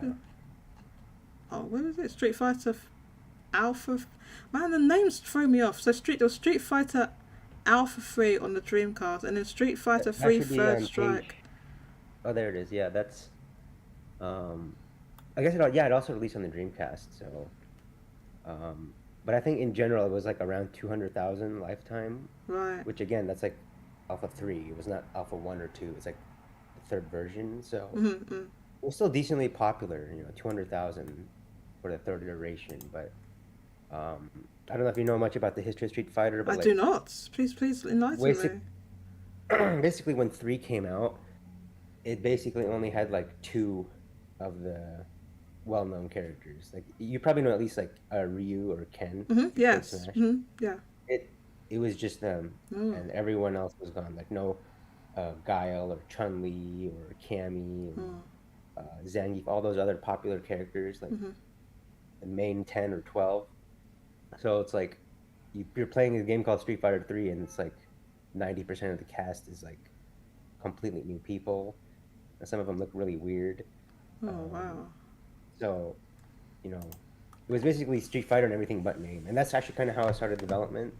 I don't want to get too deep into it, but, it just turned off a lot of people. And it was still also like a 2D game in the time when like 3D was taking off. Like, Oh, I see. Right, I right. think Tekken was also somewhat around that time. So it just kind of looked old, you know. Um, so long story short, and then also the arcade scene started to decline as well. Mm-hmm. Uh, and at the same time. So it was just all these things that really almost killed Street Fighter 3, and that was in the 90s, and it took like almost a decade for Street Fighter 4, Wow. which actually did pretty well. Like you saw, it was like almost 200,000 Yeah. um, lifetime to date, and then like the next iteration, Super Street Fighter 4, was like the same. It was actually pretty stable, which actually surprised me. I wasn't expecting that. Mm. Um, But yeah, it's Street Fighter 5. It just collapsed even more from there. From what I understand, I haven't played it, but it just had a dearth. It just didn't have much content. That's what I heard. Yeah, Not it launched with not a lot of content. They added yeah, more, but that launch it wasn't great. the story mode came later, and not that there wasn't that many characters. It was pretty rough. So, and we'll see what Street Fighter 6 does. But usually, um, at least for first week, I'm not expecting anything crazy. Maybe like 20, 30,000. Yeah. Um, just because usually when a previous title does bad, that has more impact on the first week of the like next title. Okay. Generally speaking. So um, it could turn around with good legs, but being on a PlayStation only, kind of doubt it. Yeah, so it will be on PlayStation 4 as well, right? So Yeah, that's gonna help. If it had been yeah. PlayStation 5 only, we would have seen a huge drop off. But Street Fighter 5, what did it sell? Let me check. What did it sell again? I've forgotten. I think it's about like 46,000 first week, Right, and yeah, that's right. It was 46,000. So lifetime was like 80 something. like it was 80 something thousand. It wasn't even like double like a Yeah. first week sale, like in terms of the multiplier, Why, which why can't I obviously the find it on results were here? not great. Yeah. Why can't I find it on It's this gonna one? be later. I think it should be on the last page, page 4. What? Actually, I Well, don't know what the I wording reversed is. it. Sorry, I Yeah, reversed the. What the hell? it's a little. I'm not sure. Oh, Because I'm I'll seeing just, 6 on page 3, so it's like I'll just do it like this. Ugh. yeah. Can I type? Can I? Street Put in like V, a capital V. I Fighter think because capital V. yeah, it uses like Roman numerals. Here, right here. Street Fighter 5. And I love. You use this site, Mario. I love this site. I actually didn't know about this high. I used the one that's on the top of like install base. It's like GDL. Yeah, Game Data Um, Library is really really good. Uh, I this it site I seems like it's like. just the. Sorry, go ahead. Sorry, go ahead. Sorry, I interrupted you. I think it just seems like a better version of it because the one thing I don't really like, I don't know if you've used that GDL site. It's like I do. it takes a long time to load It like this does. chart, and then you can like only search like all caps, and it's like sometimes it just crashes, especially on mobile. So maybe I'll probably use this website from now on. So It's a lot more. my because I use my Android tablet a lot, and my Yeah, experience with that site or Game Data Library on Android tablet has not been great, unfortunately, yeah, and I think it's because of the using the Google data. It's like the Google data or the Google like yeah, Excel thing or whatever it is for the base of it. yeah. So I think that's what I guess affects it. I don't know if this pulls data from that because maybe it is, maybe it doesn't. But It's the same data, so they seem to have a lot of the Famitsu data on here going back decades, as you yeah, can see. but Uh, it definitely seems more like user friendly, and it even shows like first week is X% of yes, lifetime, look at which this. is This is great. really And yeah. oh my god, I love this site, and it has Comeg on here. I know it's not called Comeg, okay? I Oh know it's not Comeg. I'm calling it Comeg. Uh, yeah, so look, you go look. Here's this week's Famitsu top 30. You can go in and see the full chart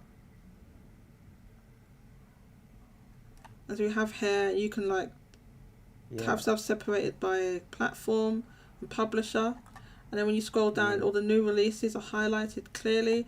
You can see the percentage drop from the position, the percentage. yeah. It seems Uh, like it even updates more frequently than the other site. it So does maybe it's not the because same stuff. GDL often doesn't have the most like Yeah, recent Famitsu sales. And if you go on yeah. here, like you can see the software market. There's like graphs, and there's hardware Hmm. separated out, and then there's a graph here. This really good graph where you can see like it'll even tell you the totals because you're like, oh, I can't add up all that in my head or work it out quickly. You don't Wow, need this is to. really, Hover your really mouse. good. Hover your mouse over the pie chart. See the totals. Yeah, And look what I discovered you could do this the other day. I was like, what? I didn't know you could do that. Click on yeah. these. Click on the individual. So you can see. Well, I just want to compare the PlayStation Oh, you can like 5 with Switch. remove them if You can you want remove to. them. You can remove these other ones. You can say, all right, I just want to compare PlayStation 4 and 5. Yeah, yeah. I mean, if you're a big Pac-Man fan, you can just do Switch and anything else, really. Switch and 3DS. Oh, wait, hold Yeah, on. What? Oh, no, let's do it. That one. maybe. Yeah, Oh, the 3DS yeah. doesn't This even seems. show up. You can't even see it. You can't see it. Yeah, But yeah. No, 3DS took over! Xbox is like Xbox is like in the line, you know that Yeah. the vibe. Oh my god! I can't believe it. Xbox is winning in Japan. It's outselling the Yeah, 3DS. It's over. So yeah, this site is really good. So yeah, yeah. we have that. You can compare. Cause how did I do it before? You could compare two things, or you could compare something, and I did it. I've forgotten what I Yeah, did now. But yeah, there's different things you yeah. can do. It's got week by week. Like I can go back to last week. You can click through each week. I can go Wow. back to Yeah, this last is week, way more in depth. I'll definitely use this from now on. and you can look at the Comeg pre-orders are also on here, which obviously the Comeg, both Comeg sales and pre-orders, Mario, Yeah, both. So we can look full chart here. yeah. You Comeg. probably have to scroll. This That's is just all the pre-orders, right? Or is this is up to date. They update this daily with the Comeg, not just Oh, weekly, okay. daily. So we can see daily. Obviously, look +4 relation to Zelda Tears of the Kingdom. Yeah, Final Fantasy 16 still on 20. I mean, it's what somewhere down there. what do you, yeah, it's here 21 Yeah. points on Comeg. Pikmin 4 The now fact has that 20. it's So what is the going on fact that it's here? basically even with Pikmin 4 is insane. It's insane. Yeah. I've said this to people like. Now, Mary, I'm so glad I got to talk to you because I love some of your insights and posts that you put on Install Yeah, Base. you probably saw my comment on install base on that. I've seen a lot of your Recent thread. comments, and I'm going Yeah. like, right, you don't know this, but I've got sometimes I see you think, okay, yes, this what this person's saying right here, and that's what I'm saying. Yeah. Like that's what I've literally Like had that reaction to some of your posts. I'm not even joking. yeah, it's like hardware is not the be all end all. Like in reality, if it like let's say we had one or the other, if we only had software, we could still do pretty good analysis. If we just had the hardware, you know, you could make some claims, but um, it's the software at the end of the day that's all that matters. You know, Yeah, we're analyzing the video game sales market, not the sales of the boxes. yeah, But just the it's relevant hardware. for relevant for market share or comparing, you know, generations. I think, um, but I just think it's I don't want to say funny, but it's like, you know, PS5 will have anything higher than 20 or 30,000 say hardware sales, and it's like, oh, really impressive, really good hardware sales, and then you look at the software, there's like I wrote in my post there was 35 weeks where there was zero PS5 titles in the top 30. Yeah, yeah, I saw that. That's that's insane. That's more than a quarter of the PS5's entire lifetime. Yeah, yeah, I mean, and and then I I posted think, like yeah, sorry. yeah, and then I posted like the attach rate, you know, average and the median, like they're both below 1. It's like Yeah. it's not pretty. And so what the counter argument that people will make to that, Mario, is they'll say digital. Digital is high. Now I Yeah, think there's enough evidence to show that digital is around 30%. I think it's almost the same on Switch, I and think it's like anywhere from 20 to it was 30% like depending on the 20 to, title. right, depends on the title. It is Yeah, not so like over 50%. It is not like no, 50%. Not all. The thing is, right, unless with it's a some of these, voucher, unless it's like a voucher title or yeah, some like some of heavily. the voucher titles on Switch, we've seen those go over 50%. But I feel like with the PlayStation 5 sales, even if we double it, let's just say we're just going to double them, right? It's still not great. Yeah, They're still no, bad. Even if we doubled it and say, well, there's 100%, what we see here, there's 100% more on the digital that we don't see. They would still be bad. yeah, That's the problem there. And we know digital's not that high. Now, you know, you can go into the stores in Japan and there's whole aisles full of PlayStation 5. Like, the PlayStation sections are still fairly large, right? And then you look at a platform like Xbox that is pretty much all digital in Japan, and it's like a tiny little section, right? And I feel if retailers had an expectation or that there's the digital's like really high and they're not going to sell a lot of these physical copies, they wouldn't. The PlayStation sections would have dwindled a lot. I mean, they have dwindled a bit, but I feel like they would be even smaller than what they are now. Yeah, and the thing is too, the retailers, I assume, they also sell like the digital download cards for titles too. So, Yeah, that's true. Yeah. they probably know, you know, what the ratios are. I think the Um, download codes count on the. They count them for Famitsu. I think they actually yeah, but count. I'm saying like on their end, they probably know like, oh, X% of the sales Oh, I see were what you download. mean. Right. You know, Yeah. they probably know like if there was some crazy jump for just PS5, you know. But that's the thing. It's like it doesn't make it sense just for PS5. And you compare it to other regions. Like why would only Japan have these That's issues? also that's also the thing. Yes, Mario, exactly Yeah, this. Because I was like, okay, they're saying this, but I was like, but why is this only happening in Japan? Like, what? Please, yeah, please explain why yeah. you're all making all these like, oh, it's because making all these like exceptions and things like that for Japan. I was like, but okay, but Like, oh, the that stuff, scalping, it's been scalped so much. Like, well, yeah, it's been scalped to hell and back it's in been every other scalped to country. hell.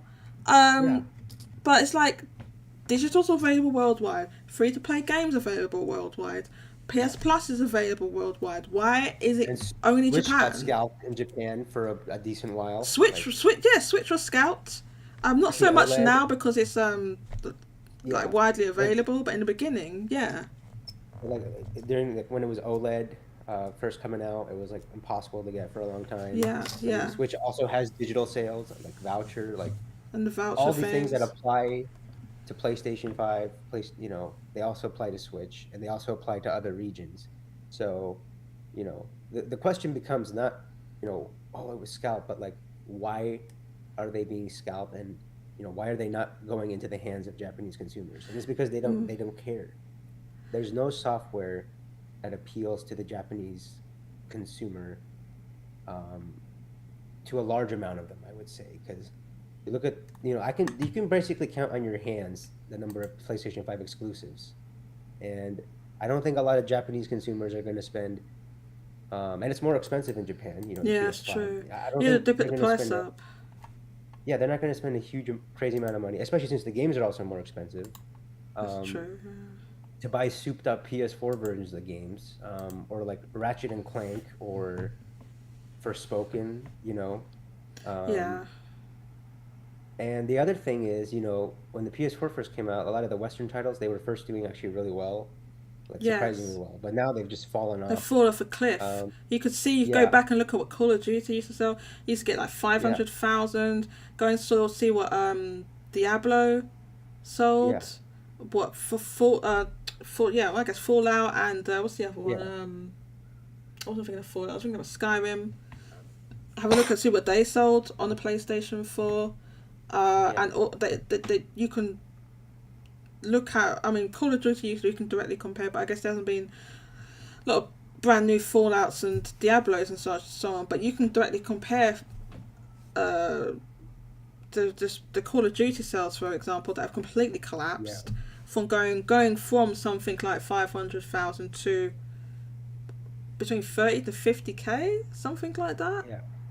And It's that's not because that's not a digital rise that no. caused that, because it's I the mean, the order of magnitude is too large. yeah. Ultimately, the reason doesn't matter why it collapsed. I mean, if I had to guess, I would say at the time PS4 was basically The the only only game in console on the town. market. Yeah, It was like Wii U was non-existent, non-existent, Xbox non-existent, non-existent. 3DS was its It own was its own thing. subsection. Exactly. Yeah. It was the only game in Uh, town. So so and early on, Japan didn't really support the PS4. It took like 2 years for like Bloodborne, and that was a paid for exclusive, and then you had to wait even longer for like I don't know Street Fighter 5 or um, whatever other titles, before they really started showing up. So I think they just played those titles because there was nothing else to play. Um, and then Switch came along too, obviously, and that just followed up the whole market. yeah, from like yeah, obviously Um, 2017 onwards. yeah, Since you brought that up, I wanted to just quickly look at something. But when it comes to Final Fantasy now, there has been let's just say a discussion on install base that you and I were both involved in Oh about yeah, that it's gonna be the savior, right, of the PS5. some people saying that, and then there's also kind of like some people just like, well, we need to wait for that data for what to see what that sells Yeah. before we can see what the health of the PlayStation 5 ecosystem is. Hmm. My counterpoint to that, and why I disagree with that, is I feel like we have 2 years plus worth of Yeah. data that we can look at, and that I don't think that the sales of Final Fantasy 16 is the only thing that's all we need to look at. That we can't make any um you know we can't draw any conclusions so far, and Yeah. I think we can now. We obviously, this is games out in a matter of couple of 3 or 4 Two months, right? months. Is it two? I Is think it? I, Well, I guess we're I nearly think in April now, so yeah, I don't know. I don't remember if it's mid or late June. it's It like is 22nd of June, I think. yeah, so mid-ish June. Two Yeah, and a half months, so two we'll and a be half there. months this game's out. So I actually wanted to like have a little bit of a look, since I have you on the line, and it's good Yeah. to see what you think. To let's look a little bit at Final Fantasy 16. So we have here, we can see the pre-orders, and now that Resident Evil's gone, we Yeah. just have above, around it we have obviously Etrian Odyssey. It's not going to sell a lot, the collection or Yeah. whatever. PS4 version of Hogwarts Legacy. There's a couple of versions. That's a deluxe edition. Mega Man Battle Yeah. Network, etc. But above that, we have There's nothing. There's nothing else for PS5. for PS5, no, but I'm just looking at what's above it on the Comeg chart. Oh, So just in yeah, general, yeah. yeah. So yeah, so we have Mega Man Battle Network Legacy Collection Switch 23 points, the collector's edition of Tears of the Kingdom as 103 points, and the regular just standard version of Tears of the Kingdom's 201 points. So we've got a Yeah. total of 303 points for Tears of the Kingdom, which releases in 43 days. Final Fantasy 16 is in 84 days. And, Yeah. I'm sure, I don't have it in front of me now, but when you compare, I mean, we could look it up on there, on this site, I guess, but when you compare it with past past Final Fantasy games at this many days to go, with the Comeg Yeah. points, it's night and day. Yeah. I mean, even just looking at history, like um seeing how high Zelda is, and you would have expected, like, let's say 10 years ago, The and it other would way be the around, the reverse. opposite. Yeah. It would have been And exactly. It would have been the reverse. So I wanted to yeah. look at Amazon Japan. So let's run over to Amazon. Let's check out the situation over there. And I hate it when it does this. Oh no, it's fine. It's fine. But look at the bestsellers list. So we have the bestsellers list right here. Right, obviously we had. They got some PS5 stock in because this shot up. This wasn't here before. When I looked at before the show, this PlayStation 5 wasn't there. So some stock just came in of this Hmm. particular version.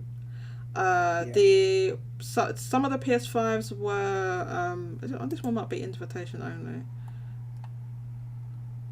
Well, see, I don't know. So what I'm going to do here, I'll give you a little tip. Type in 601 8501.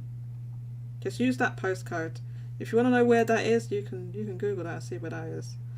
So just remember 601 8501, and then we can see availability. So this, because obviously otherwise it's trying to show, like, I'm in the UK, so if they're not going to ship these when they're low stock. They don't ship them to Yeah, overseas. invitation only, looks like. So yeah, so this is invitation only.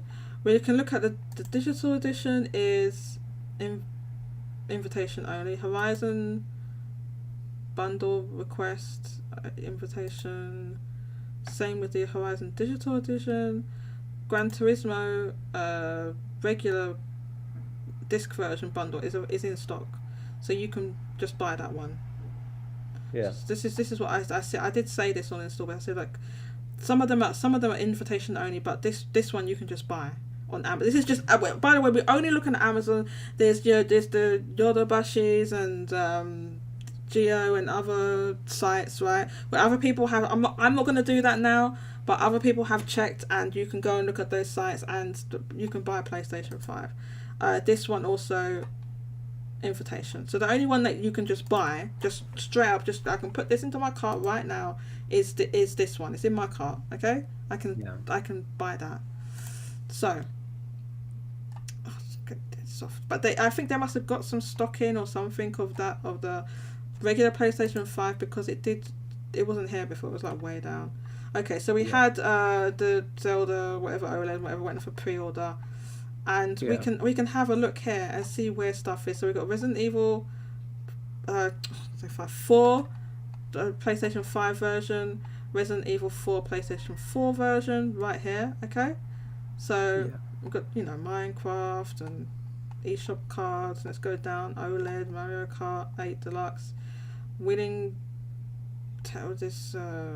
post, whatever this is. Let's go down some more. Let's see. All the way down here, number 25. Final Fantasy 16 is at number 25. Would you expect a game like this to have all this stuff above it? You know? On the bestsellers chart on Amazon. It's next to Smash, It's next to Smash, which is like a 4 years game. And the other thing I wanted to, and I said this on Install Base. I don't think many people really kind of like picking up what I was saying or discussed it a lot. I said, okay, you can look at that, but it's other another metric. This is just like something you can look at just as another indicator, right? So there is the most wished for, right? You've got bestsellers, you've got best recent releases, new releases, you've got most wished for. Now with the most wished for, this is anything that you've added to your wish list or registry, right? And it's free. It's free. Yeah. There's no obligation to buy. There's no obligation, and I'm talking about this in relation to Final Fantasy 16. There's no obligation to buy what you've put on your wish list. You don't have to own a PlayStation 5. You can just do it for anyone. You can just do it, right?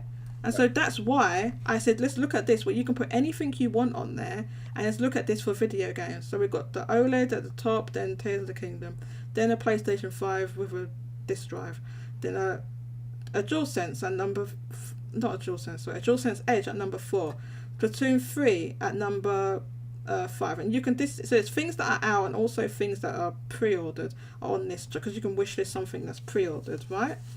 Yeah. So, and this is updated daily. We've got the Tears of the Kingdom Switch OLED number 6, got the Pro Controller at number 7, Resident Evil 4 on the PlayStation 4 number 8, Kirby Return to Dream Deluxe number 9, number 10 Mario Kart 8 Deluxe. We're still going down, Mario. We're still going down. The number 11 Pokemon Violet. Pokemon Violet. Number 11. Number 12 a regular Pro Controller. Number 13 a Switch third party Pro Controller. Number 14 Resident Evil 4 on the PlayStation 5. Number 15, Smash. Number 16, Ring Fit Adventure. Number 17, the regular box standard neon Switch. Number 18, Hogwarts Legacy on the PlayStation 5. Number 19, the Splatoon 3 OLED Nintendo Switch. Number 20, a pink Switch Lite. Number 21, this is another disc version of PlayStation 5, another one. Number 22, the digital edition of PlayStation 5. Number 24, we're still going down, Mario. Number 23, we've got Scarlet, Pokemon Scarlet. Number 24, Animal Crossing New Horizons. And at number I mean, if you're 25, Scarlet, which is like the less popular, the less popular by far the Pokemon. less popular. Which, listen, I will not hear any Koraidon slander. Don't even start, Mario. The Koraidon slander. Koraidon, it's cute. I like it. Anyway, Yeah. at number 25, Final Fantasy 16. Mario, what are your thoughts about this? This is the most wished for that anyone can. This for free, no obligation to buy it. You don't even have to own a PlayStation 5. You can wishlist Final Fantasy 16 if you want, and it's all the way at number 25. I think that's kind of telling. It's because this list is going to be less biased compared to like the Famitsu Most Wanted, which is historically been more of like a PlayStation hardcore leaning. It's hardcore gamers on the Famitsu which is funny because it's Famitsu, like, which is named after the Famicom. I know, yeah. It was called Famicom. They contracted the name, like, something like that. Yeah, they contracted the name, right? Yeah, because like Tsushin is like it stands for magazine or weekly something, whatever. Yeah, it was like Tsushin's like a broadcast or publication or something, I think. Yeah, but you know, and even on Famitsu, Tears of the Kingdom is ahead. And like take both these things together, it really tells you not only the collapse of the Final Fantasy brand, but how what the excitement level is for 16 specifically, which is about, I don't want to say nothing, but I mean, for what Final Fantasy has been, I mean, to be under like Animal Crossing. Yeah. So not Kika. Sorry, as I'm looking at Kika's thing on the chat. So Mario. So when I brought this up, someone said to me, "Well, it's not fair because those games have been out way longer. Those other games have been out way longer," and I was like, "Okay, but how is Resident Evil 4 ahead of it? How is Resident Evil 4 that just came out ahead of it? That literally just came out. Hogwarts Legacy literally just came out. Well, like a month or two ago, just came out. That's so it's not just games." To say, well, it's older. I think their point was, well, it's older games. Those have had time to accumulate sales. And I'm like, but this isn't sales though. This is not sales. This game is not. It's you people. The amount of people that have put it on their wish list. This isn't sales. And the other thing I was kind of referring to, there's no other PS5 games coming out that are on the level or even close to Final Fantasy 16 for like the rest of the year that we know of. For Japan, so some people brought up Spider-Man. No. That's not as no, like that Bugs Bunny gif. No. Have you seen that Bugs Bunny gif? No. Kike, find that Bugs Bunny gif. Put it in the thing. No. When you just say no. Yes. Yeah. Yeah, because I mean, look at Miles Morales. Look at what because I think people just think, oh, Spider-Man's big, Spider-Man's popular, the games must have sold a lot in Japan. But like, have you actually you can literally look up the sales. Spider-Man, right? We live in a post-Switch world now, so... Right, first week, we can look Marvel Spider-Man, the original one, on the PlayStation 4. First week was 132,000. Total sales, 300,000. Yeah. Miles Morales. It actually did pretty great. Which, it's good for that style of game, right? Yeah. But we're gonna make a comparison, Mario. We're gonna make a comparison in a sec. Miles Morales was 18,000 first week and 66,000 total on a PlayStation 5, a PlayStation 4 version, 22,000 first week, 45,000 total now.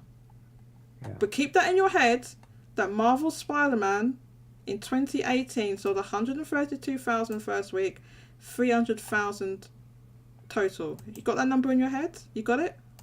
132,000 first week? Okay, good. Okay, so let's look at the recent charts. Let me just go back. No, wait, hold up. Let's look at this. Let's look at this chart. The most recent Famitsu chart. Let's look at this. Okay. So Kirby's Return to Dreamland Deluxe. An old ass Wii port of a B tier Nintendo franchise sold 189,000 first week. This is what I mean. This is the old ass Wii port. It sold more. Yeah. And I don't want to like sidetrack from what we're talking about, but historically, like remasters and ports and deluxe versions generally don't sell better than their original releases. And this is with even like it also has digital too. True. So this is that. I mean, that's alone is just a crazy good performance for this game in particular. In particular, because because you're right. No, especially in Japan, they don't like a lot of remasters and like for some reason. The used market is because you're right. Yeah, you're right. The used market, it's because the used market, right? Yeah. But this one, I believe it outsold the Wii one first week. First week? Wow, okay. Yeah. So that would... Okay, so that... Why have they got a fire on it? That means recently updated. But yes, it's B tier! Kirby's... Yes, Kirby is not... I love Kirby, but Kirby is not one of Nintendo's top franchises. It's a B tier franchise. Come on, man. I remember, I think it was like a year or two ago, someone was like, oh, what do you think is going to sell more? Like Final Fantasy...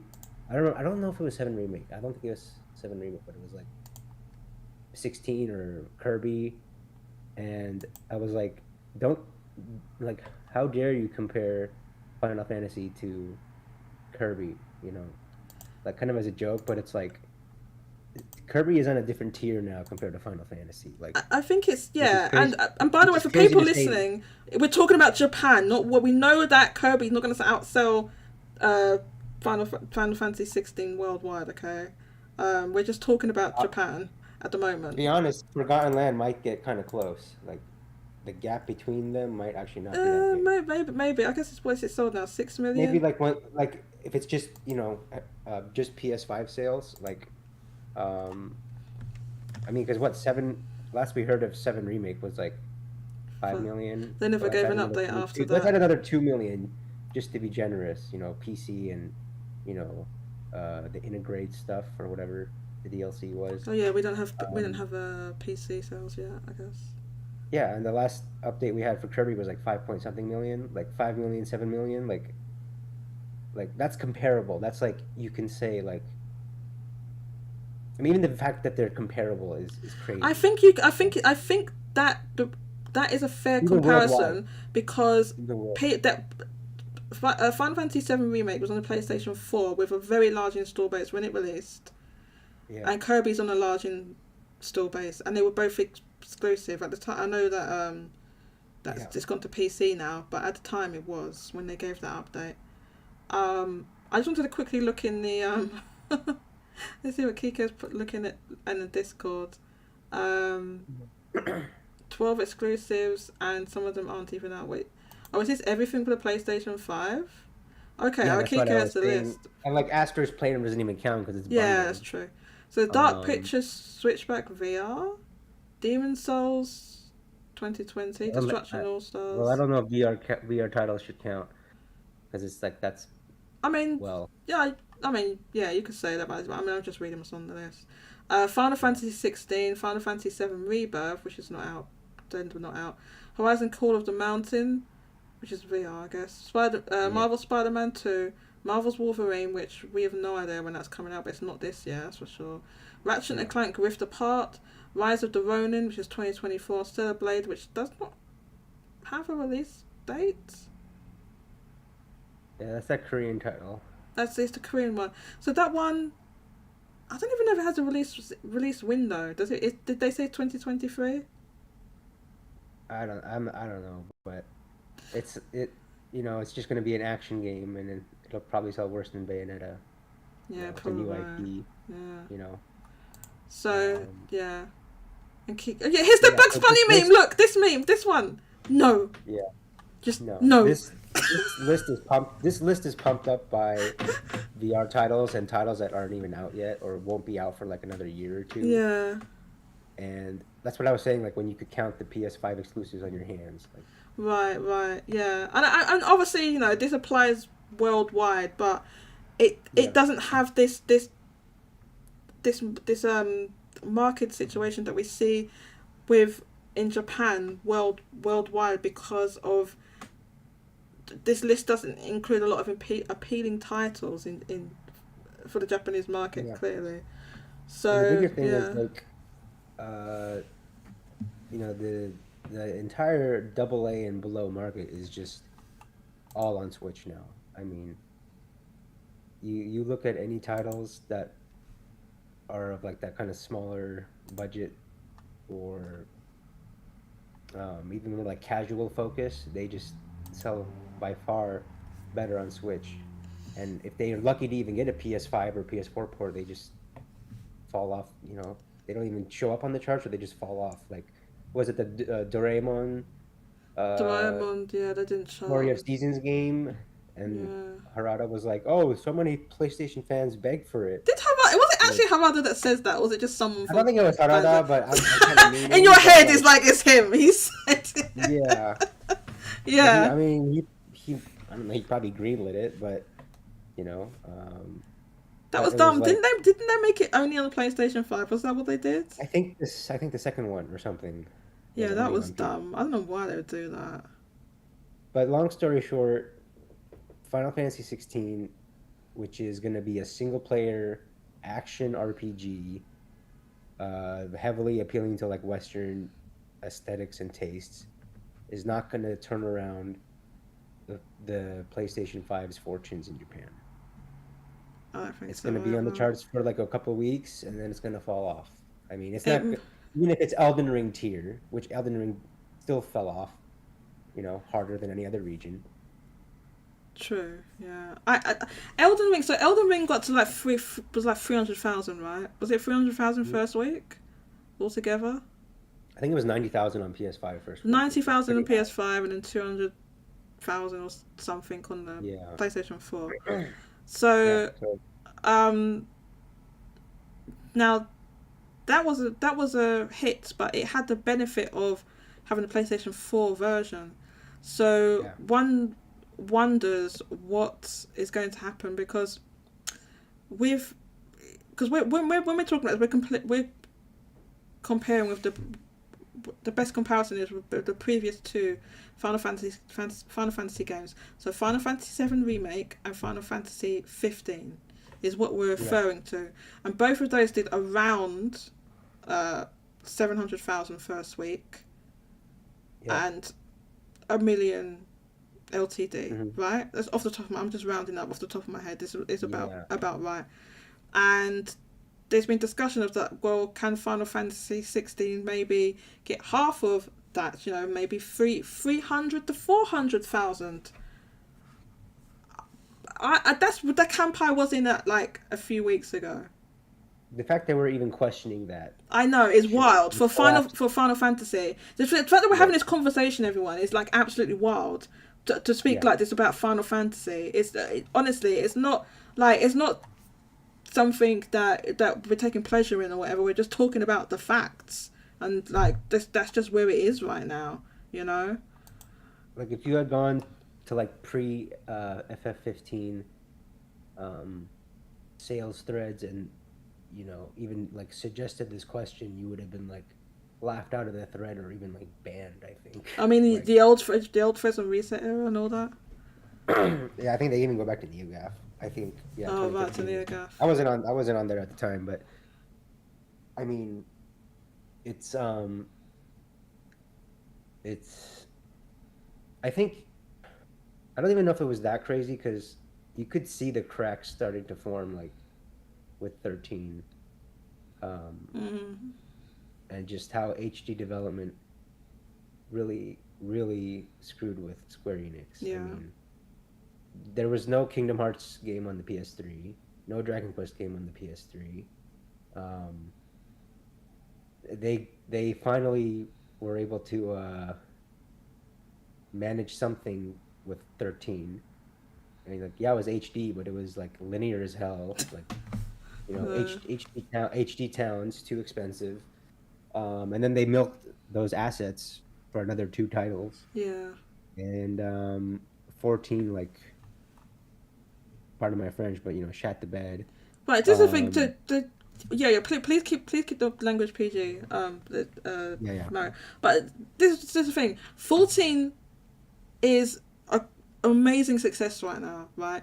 It did not launch Yeah. like that. It was an absolute disaster that they had to fix because that had the potential to bring ruin to the company. To be honest with you, Because with they didn't have anything else. they didn't have I anything mean, else. The amount of it had been Dragon time Quest. and It had been money that Dragon they Quest. had invested into it, they needed that to Yeah. succeed. Which they put the time in, and fair credit, it absolutely did succeed. You know, and Yeah. and I really like Final Fantasy 14. I'm gonna start playing it Yeah. again, but I haven't played it in a little while. But yeah, it's a really good game. So, you know, they had to work hard on that. But at launch, it was a complete disaster. Yeah. I just think after like Sakaguchi, right? Is Mm-hmm. his name? Sakaguchi, I yeah. think after he left, like regardless of that movie that flopped, you know, Spirits Within, for good or bad, I think him leaving the company They went like downhill. permanently changed the square side of Yeah. Square Enix. Well, And Squaresoft, they, you know, uh, look, without almost went launching, bankrupt, right? With the Spirits yeah, Within thing. Was it? which is why they merged with Enix. And It I was one of the think most Phoenix, without yeah. without the Enix side, I think they would have gone bankrupt or like been bought out or, um, you know, because I don't think, even since like 7, I don't think I guess 10 was pretty good and 14 is awesome, obviously. I haven't played it, but they just haven't had like a bona fide classic hit, you know.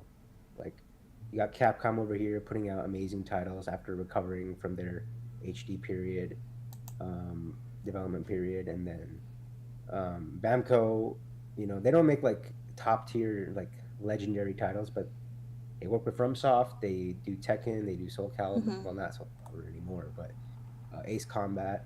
All the anime titles, like they have that going for them. Koei Tecmo.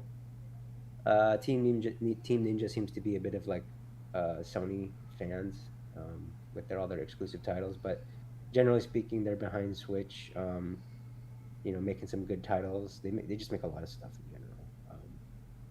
But Square Enix, I don't know. I They've think really they dropped. just kind of lost. I absolutely agree with you. They dropped the ball especially when you compare them to Capcom and what Capcom's done, how they've doubled down on Yeah, like their top franchises, you know, and they've really like made a success of them. yeah, And then you look at Square Enix releasing a whole at the end of last year, releasing a whole bunch of, you know, mid mid mid double A games, you know, back it to was back just to like a back.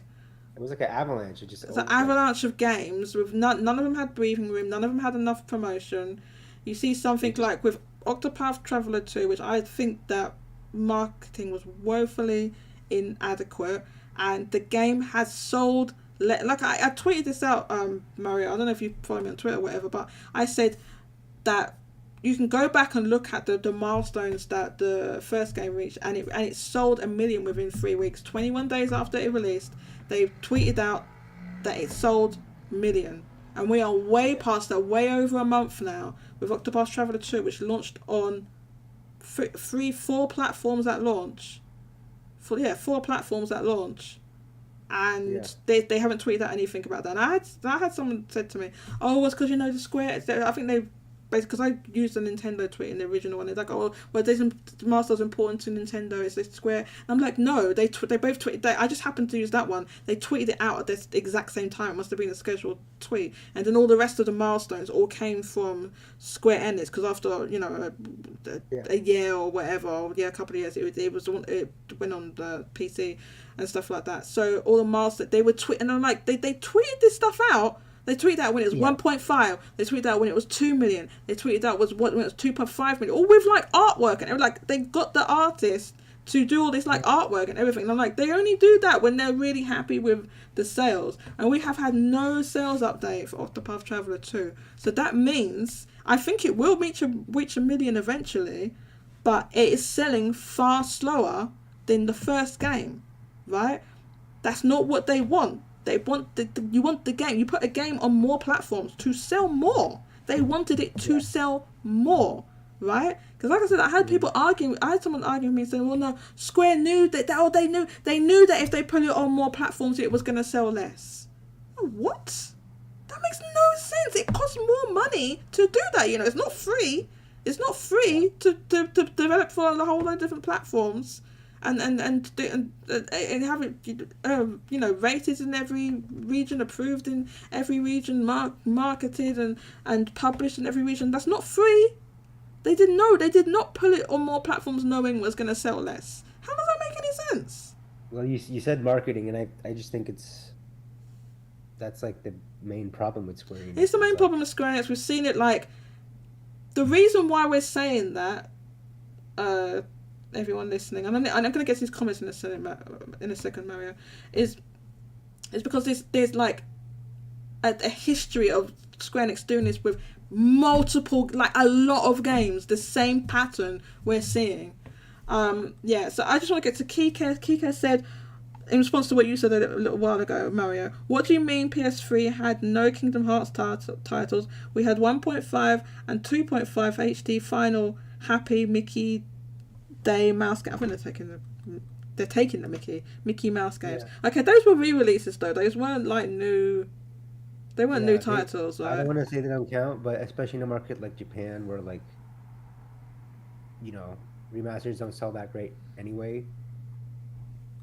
Sorry. I don't want to say they don't count, but they don't count. I mean, PS3 had Monster Hunter Portable Third HD. That doesn't count. There you go, Kike. It doesn't count.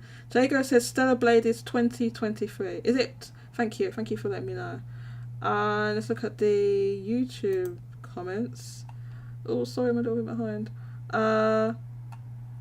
Jago, welcome, Jago. Long work week despite being shorter because I took this day off. I feel like I earned it. Awesome. You had a day off. Awesome.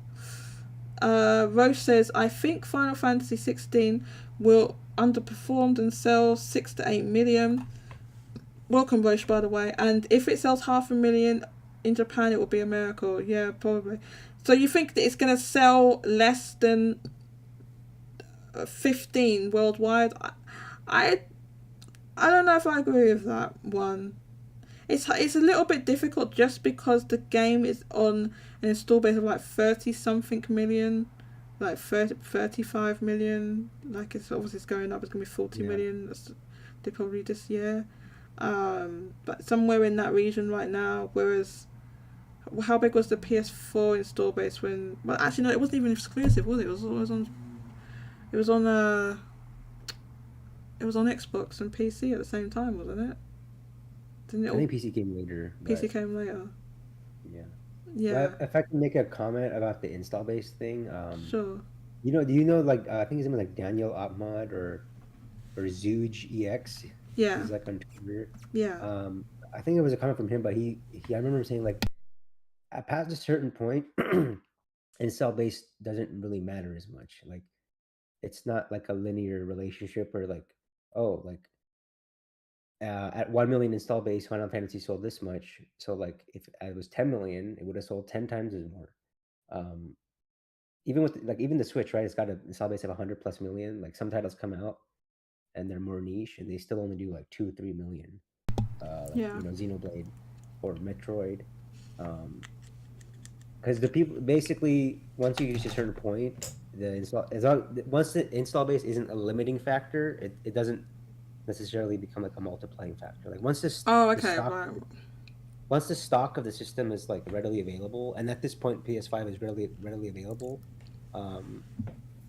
the game is going to perform what it's going to perform. If it's a system seller and it's creating great word of mouth and hype, people will tell other people, and it might have good legs, and people will buy a system for FF16. But the problem is, half a year following FF16, there's nothing in Japan. I mean, I don't want to say nothing, but it's like nothing on that level. I would say not until Rebirth, which would most likely be first quarter like 2024, right? Early 2024, yeah. But again, that's like another Final Fantasy title. and it's like a part two Hmm. in like a series of games. So, I mean, how many people that are like Final Fantasy 16 fans are like not Final Fantasy 7 fans? Like maybe 7 appeals to the more like nostalgic crowd. Probably. I think that is a more. It has the nostalgia factor, definitely. Yeah, but you know, how big is that audience? I mean, we saw what Integrate, which was PS5 exclusive, that sold like 20, 30,000. It's about You know, 35.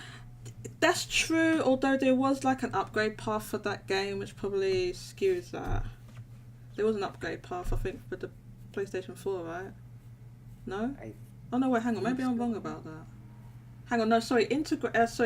Yeah, you could buy it as Integrate the DLC DLC. was exclusive. Sorry, the DLC was exclusive. Yeah. Yeah, So no, you're right. It was only on the PlayStation 5, but I think well, obviously you could buy it. It was DLC, so a lot of people already had the yeah, game. Maybe they had it and physically yeah, and then bought there the. was a path, Yeah. but even still, like for that to sell, you know, less than 50,000, you know, just throwing out a number first week is, I don't want to say sad because that, you know, it's, It's disappointing, I, you know. yeah, I So mean, it underperformed. But yeah, yeah, I'm just gonna get through a few more of these comments because I'm getting like backlogs with them now. yeah, go ahead. So yeah, Jago Like, says lifetime. I don't know. I personally think 6 to 8 million lifetime is guaranteed. I expect Sony to basically force it down PS5 and PS5. How are they going to do that, Jago? With like a bundle or something? I don't yeah, think even bundling. Yeah, maybe. I don't think Not in, it. Not in Japan though. I don't think. They won't band. They wouldn't bundle it everywhere but Japan. That wouldn't be fair. They wouldn't do that. Well, Japan doesn't seem to do too many bundles in general. Like, you look at like Japan doesn't get the Mario Kart bundle, and I don't. Maybe it's like a Nintendo thing, but Didn't they get it? Oh, but they got. Do you know what? They got a bundle that everyone else didn't get. They got a Nintendo Switch Sports. Sports bundle. Yeah, yeah. That's not anywhere else in the world, right? I don't know why that. Maybe they're just trying to make up for the whole Wii Sports situation because it wasn't bundled there. They're trying to make up But for it. I don't think it's like discounted. I think it's like maybe a small discount. But I think my point is like I don't think Final Fantasy. I'm pretty sure Final Fantasy 15 was not bundled with PS4s, and if it was just you know that the cumulative Uh, price. I don't know. Somebody can say whether that was bundled. I have no idea. I don't Yeah, think so. I know there was a special edition console. There was a special probably. But edition Final Fantasy 15 console. I don't know if a PS4. I'm pretty sure there was a special edition PS4. yeah, But I have that's no idea if likely. it had the game or I don't know. Uh, Jago says I don't think it'll sell fast like God of War, but I think it'll eventually hit 10 million like 15 did. I think give enough time, it probably will, especially after the PC port. Roche said, but will it sell 10 million in the time frame Square wants it to? Probably not. If not, then it will not perform in the well in the eye. Square, yeah, we know about their nonsense. I think J2, that's why they went to. Oh, sorry. I think that's why they went to Sony for the 2 year deal what for Forspoken? I for tell you both. what, um, I tell you what, it's a bloody good thing they did go to Sony with that deal for Forspoken. Holy crap! Because that would have been even worse. Because I'm sure they got a nice bag for that. And that softened the cushion of that Yeah, mega atomic bomb. Good but how do you lord. think Sony feels the next time Square approaches them with, which I don't think they will, but let's say they approach them again with a new IP. I I don't don't think think Sony they'll would do it with a new. crumble. I think they'll do it with tried and true like Final Fantasy. I Yeah, think new yeah, IP they would be very sketchy on. I think they'd be a bit more sketchy yeah. because don't forget this happened twice in a row now. Hmm. Forspoken, Babylon's Fall. Yeah, That was an Omega bomb. That was also a new IP. So if I was Sony, I'd be a little bit. I would go. If I was Sony, I'd go for the tried and true Final Fantasy. Obviously, it's established IP. I wouldn't be going with Square Enix's new IPs. Are yeah, yeah, I don't know about all that. I don't know about all that. yeah. Can Um, I make a quick comment really quick on Square, like last mm-hmm, final? I think it's like, I think all of it is like part of the old CEO, like what I think Matsuda, mm-hmm. like like yeah, there was like this interview like with the team. It was like Luminous Studios. Like it was like Forspoken was his like pet project, and he was like, "Oh, I want it to be like AAA and big Yeah, budget. yeah. It's gonna be like a new pillar for the company." And it's like it's clear this guy. Mm, I don't want to say the F word. He Do had a not thing. say He the wanted F. to, like, Please do not say the F word. not that F word, but yeah, he had a thing. Let's say for he really just liked big budget AAA. Um, but it feels like they just put all their money into like the graphics and um, kind of that big budget like they just like want themselves to be taken really seriously, but they didn't even want to like advertise their own titles. Like even for the really big games, they all had like co-marketing deals, and anything that wasn't huge or AAA, they either marketed themselves to like no effect or they threw them into like a Nintendo Direct. Um, Yeah, and it's funny because I think it was a different CEO before this guy. You know, when Final Fantasy VII was coming out. it was a different Um, guy. Oh no, wait. and I I mean, remember like Matsuda was there for like 10 years. yeah, um, but I remember reading stories like Final Fantasy VII, where they wanted to be big in the West. Like they said, like really like make sure it's big this time. So they went all out. They were like there was like Final Fantasy VII ads on like Pepsi, and there was that ad Sony did where it was like, oh, whoever like find the guy that invented cartridges, like hand him a cigarette and a gun or something. What? Um, I don't just remember because they had that. CD technology. It was something like that. It was like hand him a cigarette, and I don't know if the gun was part of it, but it was like I've basically like CDs are awesome. Like forget cartridges. Like this game is only possible on Final Fantasy on PS1. Um, and they obviously Sony helped with that too, because Oh, they you're had a talking. Oh, stake. sorry, you're talking about. I forgot. I thought you were talking about remake. Okay, you're talking about the first Yeah, game, the yeah, the original. first one. Yeah, yeah, But yeah. Oh no. Okay, no, I do know what you're talking about. actually, even thinking about it, even then, like Sony they bought a stake in Square, so they helped with the advertising too. So maybe it just does go back to FF7. Like they bought all those Silicon Graphics CGI stations, and they wanted to go super big budget with Right. FF7, and it brought them great success. But I think that was like the start. Even when Sakaguchi was there, I think that like obsession with graphics and kind of just tore them down. Which is what Yoshi P has said. It was like you know the obsession with graphics for 13 and 14 just kind of like ruined the company. Yeah, because there's a really good documentary about what happened with 14 and what they did with Yeah, the graphics and why it made it just tanked the performance of the game with what they did with it. So I just need to get through more of these yeah. Okay, comments. that's all I wanted to say on that. Thank you. Yeah. Uh, Day2 Blue Engaged, Tears the Kingdom at the top, the hype is real, yeah. Dank Community Centre, would they bundle FF 16 in a PS5? I've no idea. Of course it's possible, but then I don't think they'll do that at launch. No, not for a third party game that they want to sell a lot. I can't see them doing that at launch, or maybe down the line at some point. Roche said, sorry, meant underperform. Final Fantasy 16. I think it will do well worldwide. I actually think it's going to do really well worldwide, and I think that it's going to do less well in Japan compared to the previous games, but better worldwide compared to the previous games. Jago says, that's a good point. The copium in me says, I can't imagine that they'd be unrealistic, but being realistic, they're ridiculous, and they'd expect ridiculous. Like 100 million users in the first week. Yeah, Square Enix, oh god. Square Enix's decisions, I don't even know what is going on. And yeah, some of the things that they want or expect, they kind of like expect certain things to happen without doing other things, like advertising a bit better. When it comes to certain games and sending games out to die. We saw what happened with Deal Field Chronicles, whatever this, and that game out to die. Various all those games that came out at the end of last year that were just sent out to die. Like, yeah. Jago says it's more than a port. Shake my head.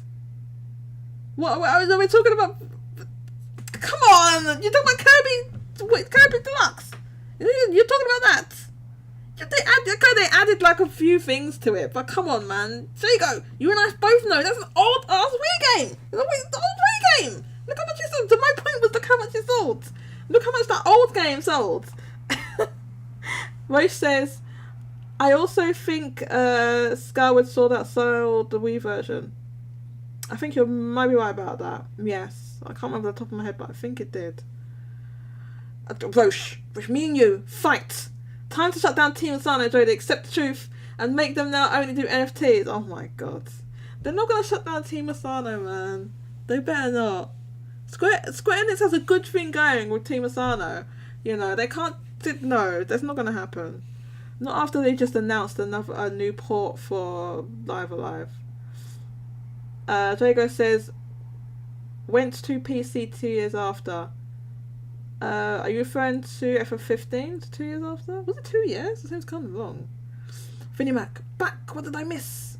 Well, we was discussing Square Enix and their kind of history of lackluster marketing and you know how marketing for the original Final Fantasy VII was handled. What they did there. Diego says yes, it's a lot more than a port. Okay, all right. It's more. There you go. They added like one mode. They added one mode to that game. There you go. Roche, actually, I did hear about that. So Roche, please tell me the significance of that, because I did briefly read that, and I was like, okay, I've never even heard of this guy. Like, obviously, I don't know the producers of Dragon Quest and these other things by name, but he left. Is that really significant? Do you know about this, Mario? I read about it. I haven't heard of the guy. Hard to say like how much of an impact it has. I think as long as Hori is still there, Hori's gonna be there until he dies. and yeah, until he retires or passes away. He's I way think for past now it's retirement age. probably fine. He probably just got poached or something. Yeah, he could have got poached. He's Yeah, I not mean, retiring, right? yeah, I mean, it could also be a combination of his resume is like just nothing but Dragon Quest, and maybe he just wanted to do something different. True. And combined with higher pay, hard to say. True. Probably a higher pay will poach a lot of people. Roche says, according to the sources, he's supposed to be the chief producer of Dragon Quest. But I don't know how much influence he had. Oh, really? He was the chief producer, so he was producer's pretty much in charge of everything, right? Yeah, I can't imagine Square or Enix like wouldn't have someone to step into his shoes almost immediately, or even I would assume someone's already been like groomed for the job. groomed or ready to take the position. You know. Probably. That's what I would imagine too. Probably like a younger,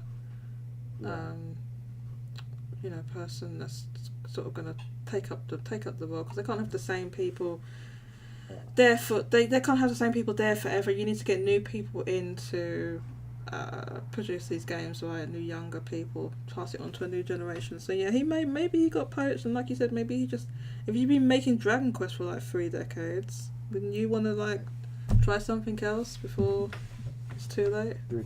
Before you retire, and you've probably been offered more money. Everything Dragon Quest that they're working on now has been pretty much lined up or is like on a set path. Like they got 3 remake, they have Infinity Strash. Yeah, they announced that's coming. Well, not a date, but like. I think it's September. I think they did say a date. Yeah, for September. I don't think they give maybe like an exact date. Oh, okay. They just said September. Yeah. Okay. But he probably saw like, okay, everything Dragon Quest we're being worked on right now or in the near to midterm is like has a set path that it can follow. 12 has Hori looking over it. 3 remake. Like the only other thing I can think of is like maybe Monsters that's been rebooted. But like I think he sees like, okay, there's a good path for Dragon Quest. I've done nothing but Dragon Quest. Time to move on, kind of thing. Yeah. That wouldn't surprise me. Kika's. Oh, Kika's in the waiting room. I can come on for 15 minutes. I'm gonna bring you in, Kika. I didn't see you there. Welcome, Kika. Hello. Hello, welcome. Hey. How you doing? I'm doing well. I'm going good. Doing good. I managed to step out just for a little bit. Awesome, because I'm going to end the show within the next 30 minutes. Because Okay. I think Benji Sales may have started his show. Did Yeah. he? Oh, he's about to start it. Yeah. So I just want to give some. I can give some quick rapid fire takes of all the stuff that's been happening this week. Let's go. Okay. First off, Zelda looks amazing. I want it now. I can't wait. It comes out near my birthday. It's the 12th. My birthday's on the 15th, but Awesome. I'm gonna go. Oh yeah, I all forgot day. to show the gameplay. Damn it. Okay, let me put I got the gameplay. Where did that? Yeah, that game is definitely gonna sell 100K in Japan. That game is definitely gonna sell 100K in Japan. No questions. Let me see. It should pass the niche barrier. Yeah, it already passed it with Print of the Wild. Like that. Yeah. When you talk about going mainstream, that was it. That was the moment. Yeah. I had let me doubts see. that they could sell better than Breath of the Wild, but the whole fusion stuff and the Ultra Hand stuff, that is like, now I can see. Yeah, we'll see. It might be neck and neck because Zelda had like basically the whole Switch life to make up its sales. Yeah. Then it's coming out, but yeah, it'll keep selling a lot. What else? It's funny that they called it Ultra Hand, isn't it? After that old toy that they had. Yeah. Yeah, they always do something like clever with the names. Okay, so that's Zelda. What else happened this week? E3, man, that's a bummer. Yeah, we didn't even get onto these. This always happens every week. Didn't even get onto these other topics, but yeah, we're technically covering the Zelda topic right here because you can see the game. For everyone watching, you can see the gameplay on the screen. So that's we're talking about the Zelda gameplay right now, and let's get into the E3. I'm glad you're both here because you have some more insights that I don't have. I don't have anything. I don't have a huge amount to say. So let's hear it. What do you think? What are your thoughts about the demise of E3? And that's gonna. So E3, I always felt like it was like the central point of like the lightning rod of all the companies. Now without an E3, they're all just gonna go and do their own thing at their own time. We're all just gonna have to deal with it. The 2 years Nintendo didn't have a summer direct were the years that E3 wasn't a thing. Yeah. Like, it was 2020 and then 2022. It was a partner direct because I think they already had like their marketing deals already made. But like, I'm really like, I know Microsoft said they're gonna do something, and I know Ubisoft is gonna do something, but yeah, like I don't think Jeff Keighley is still starting out, so it's gonna take like years and years and years and years and years and years before he can ever like fill the void. I don't know, but Summer Games Fest is like kind of trash. It's not good. It's not good. To be fair, it only happened for 1 year, and that 1 year was pretty. No, they did it for 2 years. No, Kike. They did it for 2 years. 2 years. I mean, that first year was just basically like, hey, this company's doing this, and that company's doing that. That's Summer Games Fest. I don't know about that name, but anyway, name aside, I guess it's fine. It says what it is. 2020 was really bad because it was basically just like, here's what's left. Yeah. Here's what everybody's doing. I hope you tune in and don't get lost. You know what the best part about last year's Summer Game Fest was basically all us Sonic fans trying to analyze close-up images of the demo, because the only demo that had a restriction was the Sonic demo. Oh, you couldn't film the. Yeah, I think I remember that. Yeah, you couldn't film the Sonic demo. the off-screen footage. They didn't want you to film it. but we got footage because they were like the other companies live stream were like doing their own Oh, thing, you could and see then it on the side, yeah. yeah, and then they were putting plans. I remember they were starting to put plans. I remember people were starting to like bodyguard the screen. Ah, That is that was what happened? Oh. yeah, that was like that. I vaguely remember that, vaguely. That was like the best thing that happened. But if that's the best thing that happened, man, And Jeff that Keighley was has to long leave. that was inadvertent. The actual, oh my god, the show. Do you remember last year? That show was like was it 2 or 3 hours long? It was I And like think they were like, I think it was 2 hours. like a shorter, and like shorter was 2 hours. it was 2 hours, right? Yeah. And then it And ended with can you remember half the games that was even in that, apart from The Last of Us Part 1, which was leaked? yeah, I I remember just some of them. I remember like Street Fighter 6 had Guile, and that was pretty cool because I was really I'm looking forward to Street Fighter 6. But other than that, But that like I was, at that remember, time, that wasn't a new announcement. That was just a new character, wasn't it? yeah, it was a new character. Man, I was because they used Sonic Frontiers to promote Summer Game Fest, and it didn't. It wasn't on on like the show that happened at the beginning. So yeah. I watched the whole stream and I'm like, man, where's Sonic? Yeah. Yeah, it was Just, funny. It was just funny. shows are too long. I just follow like either like Wario64 or like some other person on Twitter for updates because it's Oh, like okay. Back what is then it, we 4 hours? had. Who's that person that now left? Nibble. Bellion? Nebellion. Everyone used to follow Nebellion because Nebellion just summarized. That's all they did was just summarize stuff and tweet it out. Yeah. And then No, they Nibble left. was just like They left. Lebellion left because you just cannot make money off Twitter. You can't, because the way Twitter is, and this was even before. It's even worse now that Musk has bought it. yeah. But like you can have how many followers in Lebellion have? Like Oh, tens lot. of thousands. Yeah. And they tried to do like a Patreon or whatever, and Yeah. they just could not make any money from Twitter. You just cannot. And think about how much time the Nebellion must have been doing that like a full-time job for how those tweets were just all the time. It was just one person. Those tweets were all the time, and they made Sometimes no his money tweets- from it. Sometimes his tweets would get like more impressions than like the official. Exactly. Oh. 'Cause He was and you so can make. fast. So it's not like YouTube. With YouTube, if you're doing that on YouTube, right, and your stuff is getting all these impressions and views and things like that, you make money. Twitter, no money. And the way they want you to make money, they want you to pay them, and then we might give you some ad revenue. You pay us first, and we'll give you a little bit of ad revenue. So basically, you can have tens of thousands of followers and make no. Yeah, so I mean, I wish it had worked out for Nebellion and they could have done stuff. But yeah, well, obviously we don't have Nebellion anymore because they just left basically. They just quit They pissed out, yeah. to get an actual job because I guess yeah, I don't know what Nebellion's situation was, but I think at one point there was something put out where they said they was looking for work. So I don't know. It was like he needed to, because of financial situations, he needed to spend his time doing something that will take away time from doing Twitter.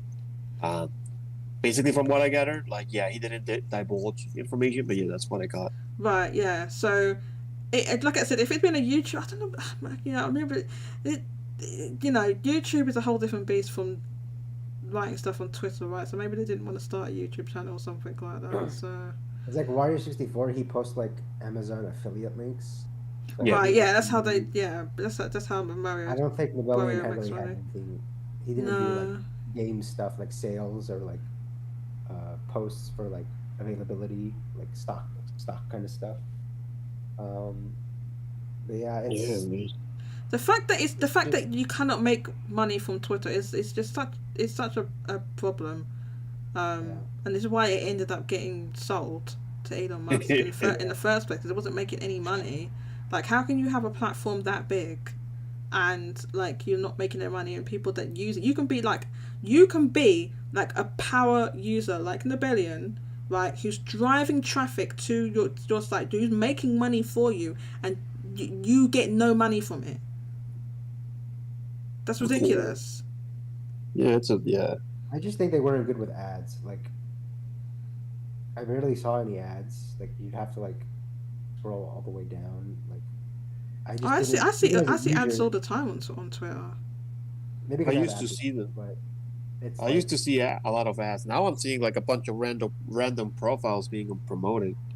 yeah, Right, so that is happening now because of the change in management and what Elon Musk has done, and yeah, wanting to only promote people that are signed up to this Twitter Blue, which is like apparently it's only about, it's less than 500,000 people that have it, by the way, which is yeah. a tiny percentage of total people on Twitter. And a lot of these people, that a lot of the accounts are accounts that have almost no Zero. followers. Some have 0 followers. A lot of them have less than 1,000 followers, and a lot of them are kind of, um, right wing fascists and things like this that are paying for these accounts, Or a crypto bro. or crypto bros and things like that you're seeing promoted. So that's what's happened. I think my tweets have been completely. I don't think anyone sees them. Yeah. I think they've just I been buried now. I think Twitter will die like E3.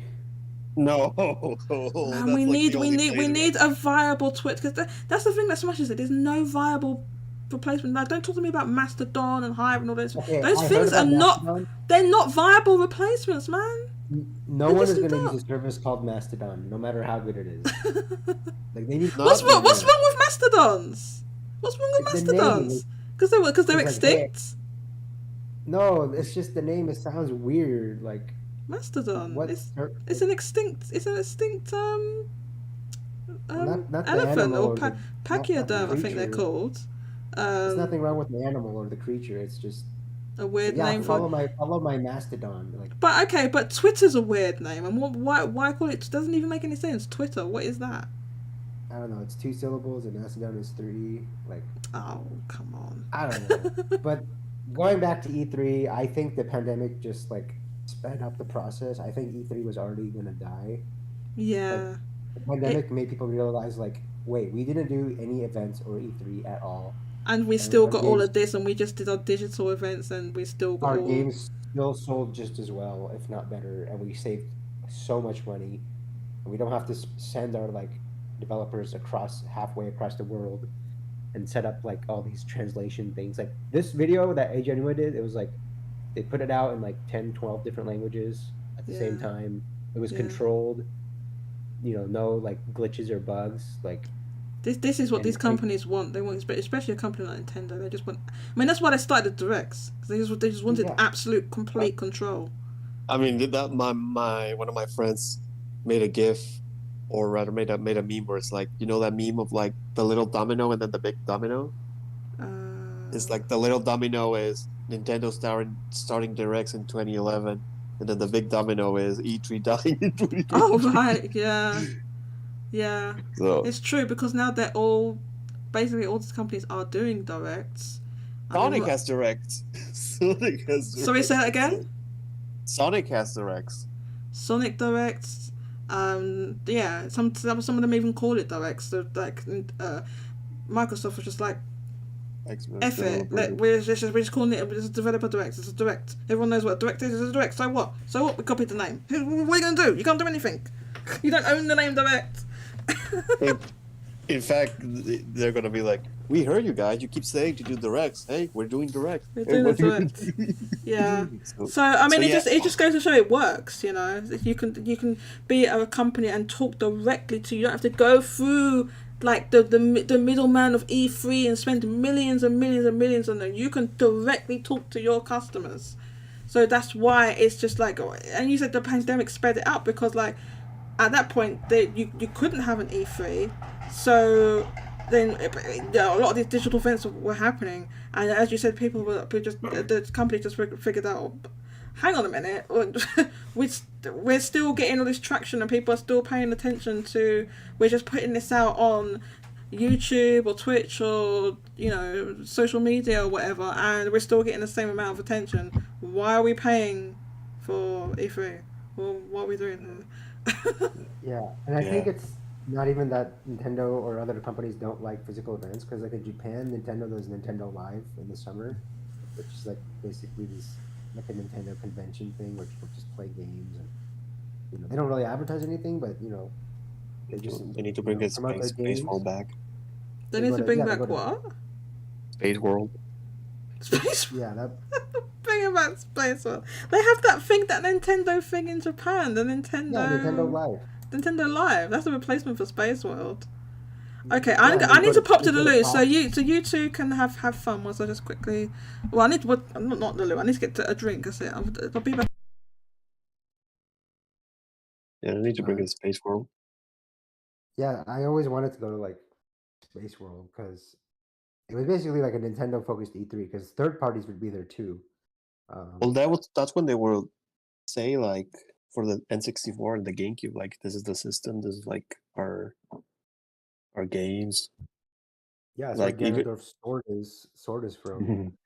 yeah, Smash. like the moment, like the closest thing we got was like when they did that Switch presentation, which was like a live event. It was like a live Yeah. event with people on the stage. There was demos people could go to. That was like the last thing that it ever came close to. Yeah, I think E3 and that presentation was like they were obviously like all in on directs, but I think they were still part of like that kind of that traditional part that they still couldn't let go. Like, oh, it's a console reveal, we have to do a live event, or like, we have to do E3. We've always done E3, but then like the pandemic forcing Nintendo, sorry, not to do E3 was like. I'm back. And I'm back. Carry on. Yeah, but it was like the pandemic forcing Nintendo not to do E3 because they were always like the most, stalwart defenders of it. Made them realize like, why are we wasting?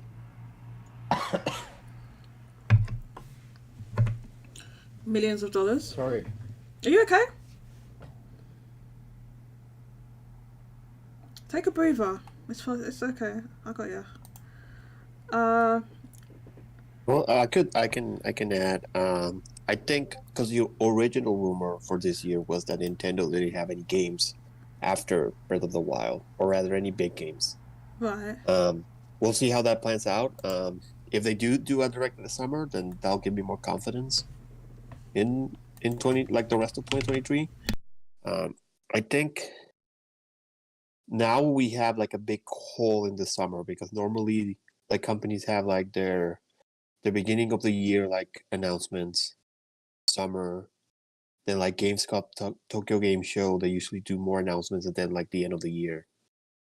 But without like that summer block, there has to be, because if they all do like their mini conventions, like let's say Microsoft does like their mini E3 one day, but then Ubisoft does one in another day, EA does one, and then all these companies try to do their own. They might clash. At some point, that might not work. That's not gonna work. I really hope that doesn't happen. They've got to coordinate in some way so they're not have overlapping projects. There might be some behind the scenes like talking with each other to make sure, because no company wants to have their thing at the same time as another company has their thing. They don't intentionally want to do that. Yeah. I need to go right now. However, my final thing to leave. So if Jeff Keighley wants to be that guy and says that I'm the future of like the next generation of E3, and he better back it up, because if this year he does the show and it's mid again, everybody's gonna be like, listen, hey. Okay, if you want to have a bet, the bet should be, will Summer Games Fest 2023 be mid? Yes or no? Yes, it will be mid. See, you won't take the bet. You won't take the bet because you know it's going to be mid in advance. You already know. So all I'm saying is that if Jeff Keighley wants to talk, then he better prove it. And I don't know if he has the goods. It's gonna be mid. He's talking about, I'm gonna be the guy that's gonna bring everybody together. So he better bring it. Okay, I'll need to leave now. But yeah, thanks a lot for joining me, Kika. Always a pleasure. Thank you. Nice talking to you. Thanks. Bye bye. Mario. Oh, you're back. Okay. Yeah, I was a bit worried because you said you just had a coughing fit. How are you feeling? You've had some water? Yeah, I'm good. I'm talking too much about Japanese market and The Japanese market got you. It got you. Got you too much. Okay, well, I'm gonna end the show soon. So I guess we did again another week where I didn't get to talk about everything because I was going to talk about Airbrush Kiryu, but I don't know if we've got time now. Does he need more airbrushing? I was going to talk about this company that he came. Oh, okay, let me quickly talk about it. I was talking about this company that he came from. So this was brought to my attention in the Discord by Ariana. Riva, I believe is their name. Apologies if I've mispronouncing your name. I hope one day you can come on to the call and tell me how to pronounce your name. So they basically told me about so this company, the Airbrush Kiryu. So here we go for reference. It's on. He's on the stream now. This is Airbrush Kiryu, right? Don't try and tell me this photograph has not been airbrushed. Yes, it has. You can clearly see that. Okay, right. So he's only been at Square Enix for a couple of years. Prior to that, he worked for a company called Dentsu. Now, when I first looked this up on his LinkedIn, I couldn't make heads or tails of what this company was. I just thought it was some advertising company. So this company, his role in this company was dealing with all this metaverse and NFTs and stuff like that. This is why the reason why he's been promoted to president, because Square Enix is going hard for this NFT crap, and we've seen that basically. They've even released there's a crappy NFT game which we talked about on the show a couple of weeks ago, and that recently didn't they announce some Final Fantasy 7 it wasn't the Final Fantasy 7 NFTs that were attached to like figures or dolls or whatever, and now they have a new like I think card based NFTs or something that they're coming up with. So Square Enix is up to nonsense, right? Now, I wasn't aware of this, but this company that Airbrush Kiryu came from, it is what you may call a black company in Japan, which is kind of like I don't know what the actual like proper definition of it, but it's like a really bad company that overworks people, and they actually did they were actually like legally fined for overworking someone to death. It was what did Ariana say again? Hang on. I don't know if it's the right term, but they sound like I think it's called a zaibatsu, where like they're so prominent in like everything, because it says they do business with almost every major company. Right. Yeah, you may be right. I'm not familiar with any of this at all. So And it this says they they work with the government too. over the government as well. So this company were legally fined that for overworking. They had work hours longer than 70 hours. A female employee, 23 years old, committed suicide, and their training materials included the president of Dentsu urging working even if it kills you, which is a quote of there. And then if we look at we can look right here at this is just the Wikipedia page that Ariana linked me to, and we can scroll down and look at this overworking controversy. In August 2015, Dentsu was caught exceeding its own 70-hour monthly maximum overtime limit. In December, Matsuri Takahashi, a University of Tokyo graduate and a 24-year-old employee of Dentsu, committed suicide. The Japanese government recognized her suicide as karoshi, so we can look at what that means, and it literally means work to death. It means extermination through labour. So they legally recognised it as that. See, it could be the most common medical causes of karoshi deaths are heart attacks, strokes, and stress due to malnourishment or fasting. Mental stress from the workplace can also cause workers to commit suicide in a phenomenon known as karojisatsu. So there you go.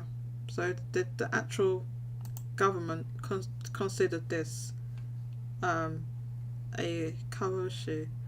In July 2017, the company was charged by Japanese authorities for the death of Takahashi. No individuals are charged, only the corporation. The company admitted allowing illegal levels of overtime and was convicted in October, paying, this is what gets me, 500,000 yen in fines. Now, that's not $500,000, that's 500,000 yen. When how much is that in dollars? It's not a lot. It's not a lot. Even if it was dollars, that's not a lot. Even if it's dollars, it's not a lot. Not for the life of a person. Yeah. No. Yeah. And that's what happened. And he actually said this. pounds. Look, the training materials. The representative, Mr. Tadashi Ishii,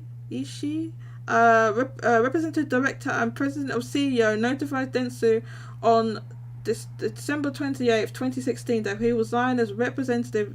Blah blah blah. His papers were sent to the prosecutors because of the violation of Labour Standards Act. Over half a century of overworking was documented by the New York Times, including training materials supporting a Dentsu president urging working even if it kills you. Yeah. So this is not a good company. And like you said, Mario, they have their fingers in a lot of pies. They're involved in a lot of stuff. This is a big company, when right? you first started describing the company and you were like, oh, they're an advertising company, I was like, that's good. And then you were like, NFTs and all this controversy, and I was like, that's bad. Yeah. So this overworking stuff happened in 2015, right? So we I'm not saying the company is like this right now, but They probably are. It's Japan. Companies change very slowly. yeah. I mean, look, in 2017, they had like, oh, let's let people leave a little bit early on the last Friday of the month, and barely anyone participated. I know. It's like at the bottom of the country. Yeah, I can see that. Yeah. They And it's not because, like- encourage later. Yeah, on the last Friday month, did not get much prefer because it's peer because pressure, it's the not- peer pressure is so hard. Yeah, exactly that. The peer pressure, and there's a former executive resigned from his own company following allegations he sexually harassed a woman during his tenure at the advertising giant. So they have allegations of sexual harassment, although it doesn't look like any legal stuff took place, but there was allegations certainly. So the company doesn't have a good track record when it comes to employee conditions. But like you said, Mario, this is not unique to this company, unfortunately. This is it's a thing so common they made a bloody term for it. Yeah, it's Karoshi. it's one thing for Nintendo to like promote Furukawa, who's like, oh, he's focused on business from within, but then you have like Square Enix bringing some guy from some sleazy, just overarching company with a capital C company Yeah. that is just the definition of like disgusting corporate actions. Like, And they definitely bought in Airbrushed Kiryu for specifically. They specifically got him. They probably headhunted him and groomed him for that position.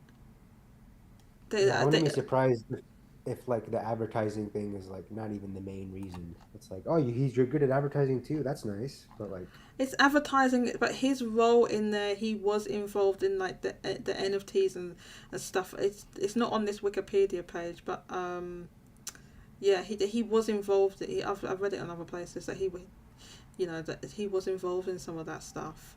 So this company is pretty huge. Let's have a look. It has has a what? Hang on, what is this in like? It has a revenue of a trillion yen. A trillion yen. It has a revenue of a trillion yen in 2018. It has 62,000 employees. This company's enormous. It has 62,000 employees in 2018. This Yeah, company, they're supposedly just an advertising company. Like, what, it says advertising, public relations, information, communication. This company is absolutely enormous. This is not a small company. It's enormous. 62,000 employees in 2018. Has a revenue of a trillion yen. What's a trillion yen in like US dollars, for example? I don't know. A lot. Billions. And a net income of 61. billion. It's what? 7.5 billion. It's 7.5 billion. Holy crap! Okay. This company's enormous. This is a big company. This is where this guy's come from. What is this company supposed to be for? It's supposed to be like they say an advertising company, but they do a lot of things. I find it suspicious that they changed their name just randomly. And what was the name used to be? Japan it was just like- Telegraphic Communication Co. Yeah, and now they're just Dentsu, which is I like, changed it in 1995. What does Dentsu even mean? it's like the most unassuming name. It's like Well, it's only they unassuming because probably used to be all about telegraphic stuff or advertising, but over time they just became this. it's monster of a unassuming because company. we don't know what it means. So let's have a look. What does it mean? Does it mean anything? It just comes up with the name of the company. University of Electronic Communications. Okay, so the first kanji, is then that's used for Lightning. It's like Denshi is phone, I think. and then so it's like electricity, that kind of thing. Denwa's phone, and it uses this first kanji, the same kanji. So it's like to do with And communications. That Tsu at the end is actually the same as Famitsu. Like, Yeah, that's true. Which also means why don't they let you click the individual kanji on this site? I thought they did. That's why I used it.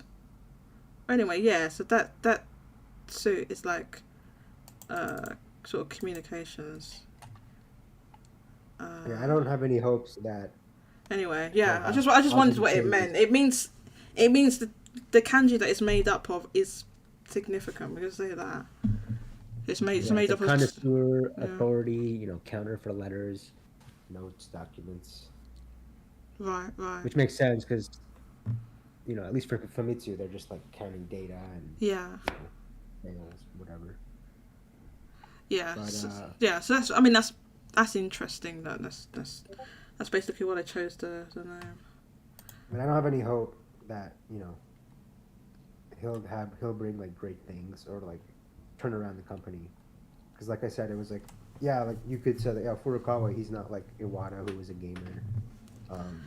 He was But at least he's from inside really the- was. He really was. And at least he's internal, like Furukawa, like he like worked in Nintendo doing all the business stuff. This guy's completely outside the company from like. From this company. I mean, they've been called the equivalent of this. It says they've been likened to the CIA on account of its reach. Like, What? it says they're the unofficial communications department of the governing Liberal Democratic Party, which has been like the party that has ruled in Japan for like the vast majority of its like history. Really? Okay, so they're like politically entwined as well. Yeah, they're just so it's like you go to this kind of company to like find someone for your CEO. Like, Yeah, and I'm almost 100% certain they headhunted him.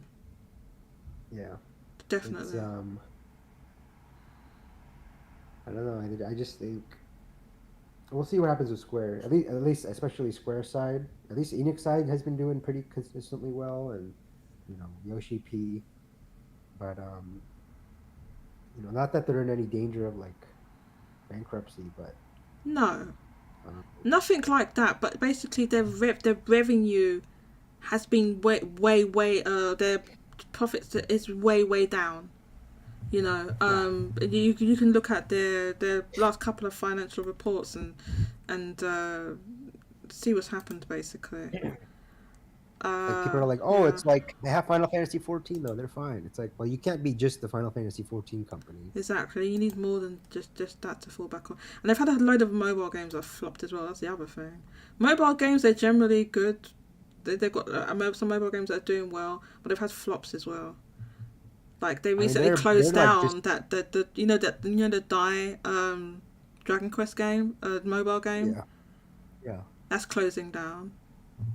Yeah. Yeah. So you can see, obviously, hopefully you can see Kike's meme on the stream. Mr. Burns' strategy: refuse to pay workers fairly, and was it there? Avoid paying what we owe through taxes. Shame and blame people who use social services. Yeah, that's the Mr. Burns way. There's also comments here. I love Sonic Central. As Jay goes, love Sonic Central. Geronimo said, I guess this is about Rebellion had over 500,000 followers. There you go. If you've got 500,000 followers and you can't make money on Twitter, then why you understand why you did. People need to eat. So there you go. Zombie Tech Pad. Yeah, there's not enough people here for me to start a poll, and we know which way it's going anyway, so we'll do that. Data Blue, what's his company supposed to be for? Yeah, we talked about that a bit. J2 Blue says, I left for a few minutes, so I'm not sure what it is. Yeah, it's about this company that Airbrushed Kiryu came from. He came from this Dentsu, this huge, like absolutely enormous advertising company that's kind of it looks like it's in bed with the government a little bit, and kind of has really bad it had historically bad employing conditions. I don't know what they are now, but they were fined for the death of a employee, unfortunately, back in 2015. Not fined enough, hardly anything, and this is someone's life, and yeah, I don't think that fine was adequate at all, and nobody was prosecuted for it. Dan Camille says, interesting. Yeah, it is interesting. So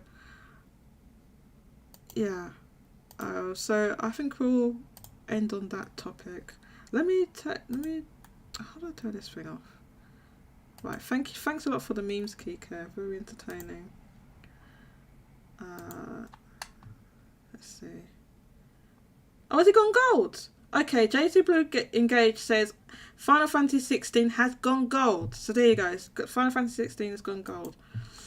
And I think also you can also say that Tears of the Kingdom went gold, because they basically, Alnuma said it's done. They finished it. Yep. So they must be just polishing. So that's Nintendo doesn't really announce when stuff goes gold. So you can say that they did it that I can remember was for Breath of the Wild. Oh, they did. For like a month before the Switch launch or so, like they kind of announced that it went gold, and I forgot where it was, but that was like the last time I remember. They said it was finished. Okay. So now, because I forgot this last time, do I have it on here? Yes, because I forgot last time. I probably already had it open. Let's put the eShop music back on to end the stream. The good one. This is my favourite eShop music. Can you hear it? This eShop music's so good. Mr. eShop. Actually, I can't hear you now. Bloody hell, what the hell? I don't think I'm on mute. Too loud. No. I can hear you, but you're just very faint. Hang on. No, it's because I've got that loud in my ears and I haven't got the sound balanced out or anything. I have to turn it up. Where's the thing? Bow, bow, bow, bow, bow. Thank you so much for coming on the show, Mario DK18. no problem. It was awesome talking to you. I genuinely loved your takes on install base. I'm not kidding you. No cap. I actually really like the stuff you say over there. You see, I hit the thanks button. There's the thanks button there. I hit the thanks button. Yeah. So Yeah, I see you get. I get thanks from you quite a bit. yeah. Or I see that. Oh, you did see. You noticed. Thank you so much. JT Brungesh says rip each. Yeah, I'm pretty sure I know. The good days. Thank Green Center. Man, the Switch eShop doesn't even have their own IP section. Their own IP section? What do you mean own IP section? You mean like each individual franchise? It doesn't. Yeah. I feel like it does have that. Or sometimes they say, oh, here's some Mario games or something like that. Well, on the Wii U eShop, that was all they had. It was like Mario, Zelda, Smash, Mario Kart, and like there was no third-party support. So. Yeah. Yeah. Well, you know, at least the Switch has a lot better third-party support than you know, it's not the best, but it's way better than a lot of previous Nintendo consoles. Let's put it that way. Oh my god, this eShop music got me going. It's just so good. So thanks everyone, and I just want to say thank you to Keycare for joining me earlier. I want to say thank you to Mario K, who I keep trying not to call Mario Kart. I apologise. No problem. Vinnie Mac, who couldn't join. No, Vinnie Mac wasn't able to join, right? Yeah, Vinnie Mac was here earlier but wasn't able to join. Yeah, it was a nice talk because, you know, I always have these thoughts ruminating in my head, and it's nice to like say them out loud. Yeah. Person. The install base is like you get some people agreeing with you, but this is the thing. We're going off on a tangent. Actually, I wanted to talk about the roadmap before I ended. I completely forgot about that. I'll talk about the roadmap. Actually, yes, we're going to end on this. We're going to end on the roadmap. I forgot. Okay, so the reason I started the original, you probably don't remember, the original Twitter space that I started with Genki, right? Started that because I could not find any audio format at all that was talking about specifically the Japanese sales. Yeah. You know, and like people just. That do. Mm-hmm. The people that do talk about it on like a very surface level. They just see like, oh, this week PS5 outsold this. And right, like, yeah. So it did very. They don't go. Nobody goes through it. You've got Benji Sales who he does like the Western sales. He would touch on the Japanese sales, but he doesn't go into it too much. He says he doesn't. He's you know, it's not his forte or whatever, right? So he more goes into the MPD and stuff like that. So I couldn't find anyone doing what he was doing, but for the Famitsu stuff, there was no one. So when they and the media in general just doesn't care about Japanese sales either. No, not anymore. Not since 2017, like, and I think we know why. Yeah. There's no investigation like, oh, PS5 is doing so bad, or like no, it just even the general like semi-informed gamer is like, well, handhelds are just so popular in Japan, like of course Switch is selling the best. Yeah, when people say that and they don't bother to look up.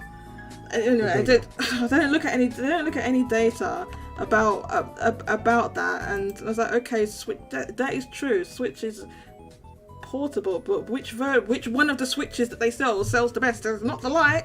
You'd think it would be. It's not that one. It's the most expensive one. So, the one that you can actually put on the television. That's the one that sells the most.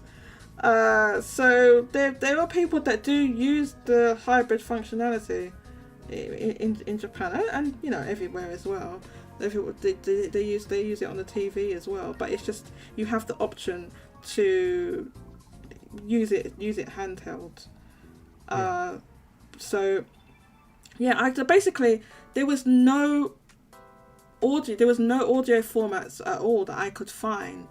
So they had this feature on Twitter Spaces, and I used to do Twitter Spaces with other people, and I would join other people's spaces right? But I never hosted them myself, right? And then there was someone that Genki, I'm not going to get into this whole thing, but Genki and I would go into this particular person's Twitter spaces and they hold them, and that person is no longer around. I'm not going to get into that now, but it's a whole thing that happened, okay? Yeah. And so I just said to Genki, it's like, well, why don't we just do our own one? We just do our own one and we just talk. So like we started that, and then like I think in the very first or second one we had Spencer from the S&T network came in and was talking to me. He's like, oh yeah, oh you two sound so professional. Is this like a professional show or something? Is it like, is this a regular show? And I was like, no, this isn't a show at all. This is like the second time we've ever done it. It was like the first, it might have been the very first one. It's either the first or second time. So we've never done this before. It's like, oh, did you just be like a show, a regular show? So I said, oh Genki, maybe we should make it a regular thing. And then from then on, this is from like around June, it was like Mayish, June-ish last year, to all the way to the end of last year, we just did it every single Friday on Twitter. But all those spaces unfortunately are lost because of the way Twitter works. You can't, they only keep them for 30 days, and in order to try and find a way to download them, it was the workaround was so complicated. I just never did it. So those, except for the very first 3 that someone recorded for me, all the rest of them are gone. So so we did it consistently, and then basically after Elon Musk took over Twitter and it imploded, and even Spaces went off for a while because he got butthurt that someone called him out in a space, so he just turned off Spaces and we couldn't have the space. I'd been saying it a while for Genki. I said, let's just start a YouTube channel, let's put it on YouTube, our stuff will be archived on there. So we did that, and then we did it for a couple of months. And then Genki, his life circumstances, he said, I can't, because he's in Japan. So it's like a giant time difference between us, right? That's why I had to do it at a certain time. So that Genki, so it was afternoon for me, but it was like late evening for him. It was around 10 p.m. for him when he did it on a Friday. And because of his, his personal circumstances, which obviously I'm not going to get into here, he said he wasn't able to commit to doing it every week. So it's at that point that we made the decision to change the name of the show, since he wasn't going to be on there regularly anymore. And the door's still open. He can come on, if he has time or if he wants to, but he's no longer a regular part of the show. But he's doing well with his his own stuff. So so I came up to talk to him. Yeah, Genki's awesome. He's really cool. So I just decided to continue with I came up with a new name, and I'm kind of like I've rebranded and gonna do stuff to make improvements, and basically because I really do love that we have an install base. We have a place for sales nerds to go after, their whole thing. I know there was on what happened on Reset. I saw what happened on Reset when they just they all left. I started their own thing. Were you there when it happened? Yeah, but I was just lurking. I didn't have an account. I always lurked. I just went there and read the stuff, and I saw what happened. And in 1 week there was like they didn't have the media create, and I was like, what? Hang on, where's that guy Chris 1964, whatever he's called, who always does this? Where is he? And then some people said what had happened. I was like, oh, and then I started install base. Like, it was like well over a year ago now, and I was looking at it, and I think that you can't just read the post like Reset, or you can read it. In that one, you can't read the post or anything without. You can only read like the first page, the first just the sales. I was like, oh, I need to join it. That. They might have opened it up a bit more since. They opened it up so you can read thread, but I understand why they do it.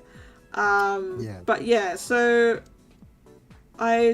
you had to like almost like apply to join and say like just so that you're not a bot or trying to troll. I was like, oh, I just really want to talk about the Japanese sales. I really want to, I can't remember what I said now. Then I joined, but I just mostly lurked. It's only more recently I started talking more, and then so this is how I accidentally fell into like having this whole YouTube channel. I didn't intentionally start thinking, well, I'm going to start a YouTube channel and start a podcast. Yeah. It was like a step of like a whole bunch of like accidental steps that led me to doing it. And I just really wanted an audio discussion format to talk about these sales, because like you said, it makes a difference when you have that kind of level of interaction when you can actually talk to people. So that's why I decided to keep it as a call-in format. Because when we was on Twitter Spaces, I don't know if you know how that works. Like you can have anybody come up to be a speaker on there, so you can have multiple people that come up to be a speaker. You invite them up. So I wanted to keep that format when we moved over to YouTube. It wanted to just be me talking for a couple. No one wants to hear just me talking. So I decided to start the Discord and use that to so people can call in and participate in the conversation. Yeah, are you still there? Yeah, my AirPod died, so I'm going to put in the other one. Oh no, the AirPod died. This one's dead. So yeah, don't be dead too. Yeah, don't worry. I'm going to finish soon anyway. So yeah, that's what happened, Mario, and that's the reason, because like even with install base, like because it is a text format, you know, you don't always have the instant interaction, and it's also like misunderstand. I know there's a lot of misunderstandings that happen where things are taken the wrong way, that not necessarily how, because that's how it goes with text, right? You can't always see, you don't know the tone of what somebody's written, right? And it's delayed too, so it's like, and it's delayed.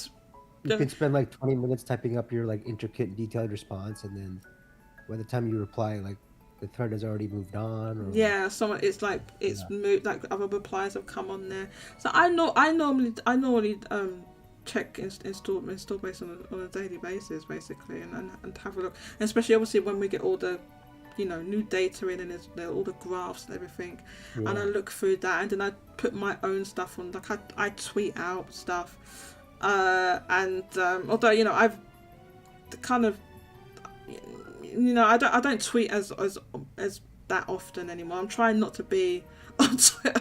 Honestly, like my thing, I decided like, okay, I'm just gonna tweet what I need to tweet, but I'm not just gonna be there scrolling and looking through other. I don't need to be looking at other people's things. I know which Twitter accounts are gonna give me the news that I need to see. Do you know what I mean? So I'm not just. I don't do this whole thing. I'm trying not to do it. It's very easy to do that. We're just scrolling aimlessly, right? So I'm trying not to.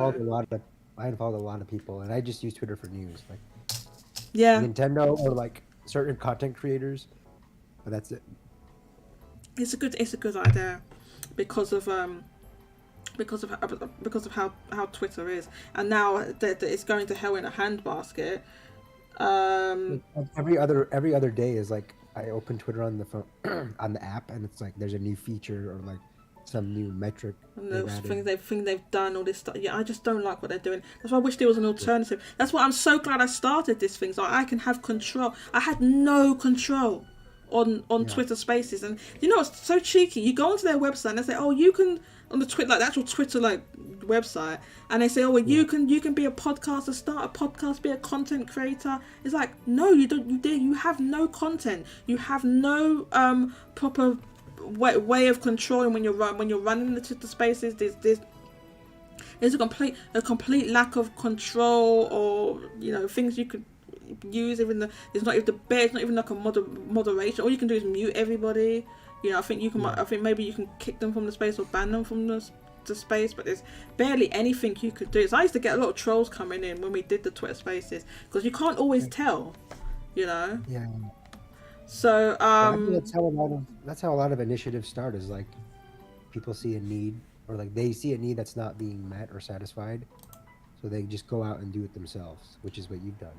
So that's what I'm hoping that more. I would like to get people from install base to. I mean, I'm glad I managed to get you to come on. Well, I guess I didn't get you to come on. You just came on. I was off today, so that kind of worked out. Right, and this is a completely different format from install base. So I hope people see it as complementary to what goes on in install base. So obviously it's not you know, we don't 'Cause it's- have. Sorry, go ahead. Yeah, because I think it's just such a unique market. Because like, you know, I look into the NPDs, but it's monthly and they don't have that much data. And And now it's so all the Europe- restrictive. Now they even all the removed the European- per platform.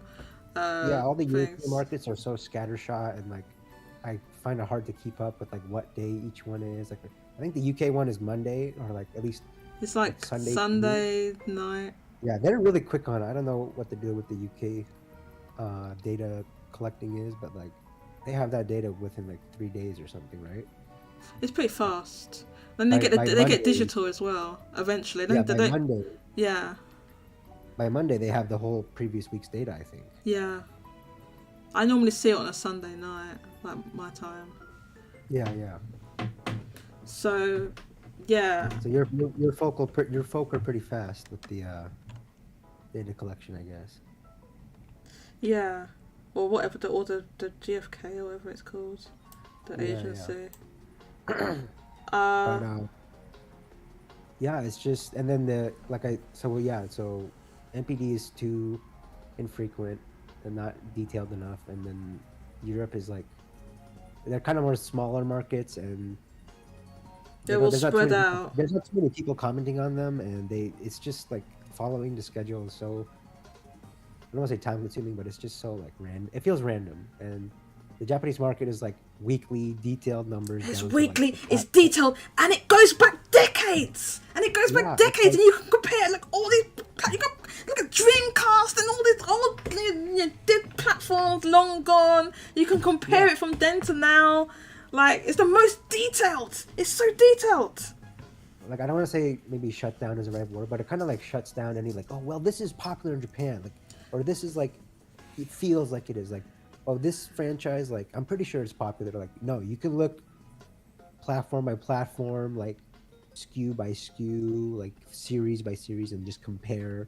And be Yeah. like, nope, this is a clear decline, or like you can see Monster Hunter's meteoric rise. Like, there's so much data, and you can just see the landscape transform and morph over time from like Nintendo centric to PlayStation centric to what it is now. Like, it's the second largest market in the world. They make so many of the biggest games. It's like, Yeah. you know, I a think- quarter or up to a third of the sales for like, I think for Nintendo it's actually a quarter, but it's such a big important market, and like it just doesn't feel like it gets the attention it deserves. Yeah. So it used to get more. It used to get more attention. I feel like it did used to get more attention. That it doesn't really get, because people are just like, well, oh, that's a mobile market. Oh, it's a handheld market. It's a Nintendo market, and they just don't take as much notice of it anymore. Or they see the big Capcom or Square Enix or Bandai games coming to PS5, and they're like, oh, PS5 is probably doing 5 in Japan. Like, it just outsold the Switch. You know, it sold 90,000 or whatever. Right, which, yeah, but the Switch is like in its seventh year. It's like a seventh sales year. So, like, I feel like it should be being outsold by the PlayStation 5. PlayStation 5 is only a couple of years old. It's like, it's in the 7th year. It's like, That's what happens. That happens to literally every platform. That happens to. When it's in its 7th year, it declines. And then the new platform and sells more. and it's already going down. It's like, It's already gone down. So yeah, so let me. Okay, there's a couple of comments here.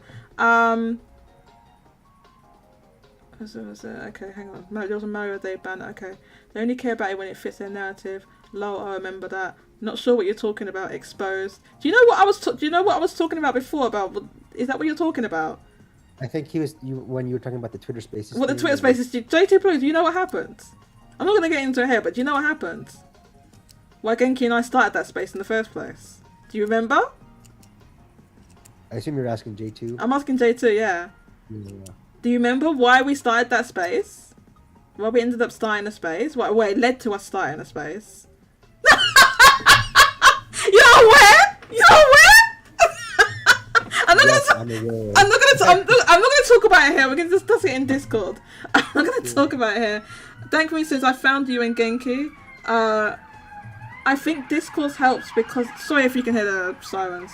No, no problem. Oh god, it's loud. I think Discord helps because it is more manageable. That's why Twitter sucks anyway. It sucks now. All they had to do was literally, even if Elon Musk took over, was just literally just leave it as it was. You can maybe a couple of things to improve, but everything they've done everything he has done, I should say, has made it worse. Thank me, Center. I've been spending this time on Twitter in general. Honestly, I'm not having all the foolishness. Just not having to see all the foolishness, hive-minded folk chat. Yeah, because for some reason I had a whole bunch of fanboys coming at me the other day that I had to. Normally I don't even block them unless they are using slurs against me. If they're using slurs, if they're saying sexist or racist stuff or whatever, then they get blocked and reported, right? But if they're just saying, "Oh, PlayStation sucks," "Oh, Switch sucks," "Xbox better," whatever stupidness it is, then I mute. That's all I do, just mute. So I just don't see what they're saying. They can just say what you want. Mute. Bye. Yes, I'm aware. J2 Blue Engage just said. Right, so quickly, I want to go over this roadmap. Before we end. Is it your roadmap or my roadmap? I made a roadmap, Mario. I made a roadmap. I don't know if you saw it on a notice board of what I'm going to do. It's not there. Because I was going to say, if it was the PS5 roadmap, there wouldn't be much to discuss. No, there's no PS5 roadmap. Well, Sony might have one, but we don't know what it is. Yeah, I was like, what roadmap? So this is the roadmap for. This is going to be for the Discord server and the YouTube. So I'm aware that once we change the branding over, we still got the old Joji and Genki banner and stuff like that. I have this Famicom Funji profile picture, right? So all that's going to be changed, but it's going to take me time. This is a one-woman show, so it's just me. So that shows how devoted you are, because you're doing this Discord and Streamlabs and this Twitter, YouTube, like all this stuff. Like, it's really impressive. Oh, thank you. This is just a hobby. I need something to keep me busy. So this is a hobby. You know, the Japanese market. I've dedicated my whole Friday to doing this, basically. Yeah. It's been 4 hours. I mean, you know. I know. I shouldn't have been. I didn't mean to go. I was meant to go and mod Benji sales thing. So we have this is what I have. If you have anything you want to add, this is you, Mario, or anyone that's listening. Please let me know in the Discord. Go over to the notice board and please type in there, and I will add stuff onto. If you have any improvements or things you want to see, or things for our Discord server and the YouTube channel, please let me know. I'll add it to the roadmap. So this is our roadmap. What we're going to have: new banner, new logos. This is going to be for the profile picture and the video watermark. Standard video thumbnails. I need to make a thumbnail that can just go on all the just by default on all the videos, right? I don't have that at the moment, and then I need to learn how to make individual thumbnails for videos, so I'm going to learn how to do that. I'm going to make podcast clips for YouTube Shorts and Twitter. By the way, this order is not necessarily going to be in this order. This is just how I wrote it, right? It's not going to be in this order, right? So I'm going to make clips, and I have done that on Twitter, a couple of times, but I'm going to make clips, and so I can put them on YouTube Shorts and Twitter to help promote our channel. Betting bot for the Discord server. So I got this idea because Kike, you're wrong, by the way. You're wrong, Kike. Kike keeps saying that Final Fantasy 16 is going to sell under 100,000 first week in Japan. And because that bet doesn't exist, not only does it not exist on install base, but their thing only went to like 400,000. You couldn't put anything below 400,000 for what you thought was going to sell first week. And also the bets are closed. So I thought, well, maybe I don't know if a betting bot exists. I'm going to see if they do.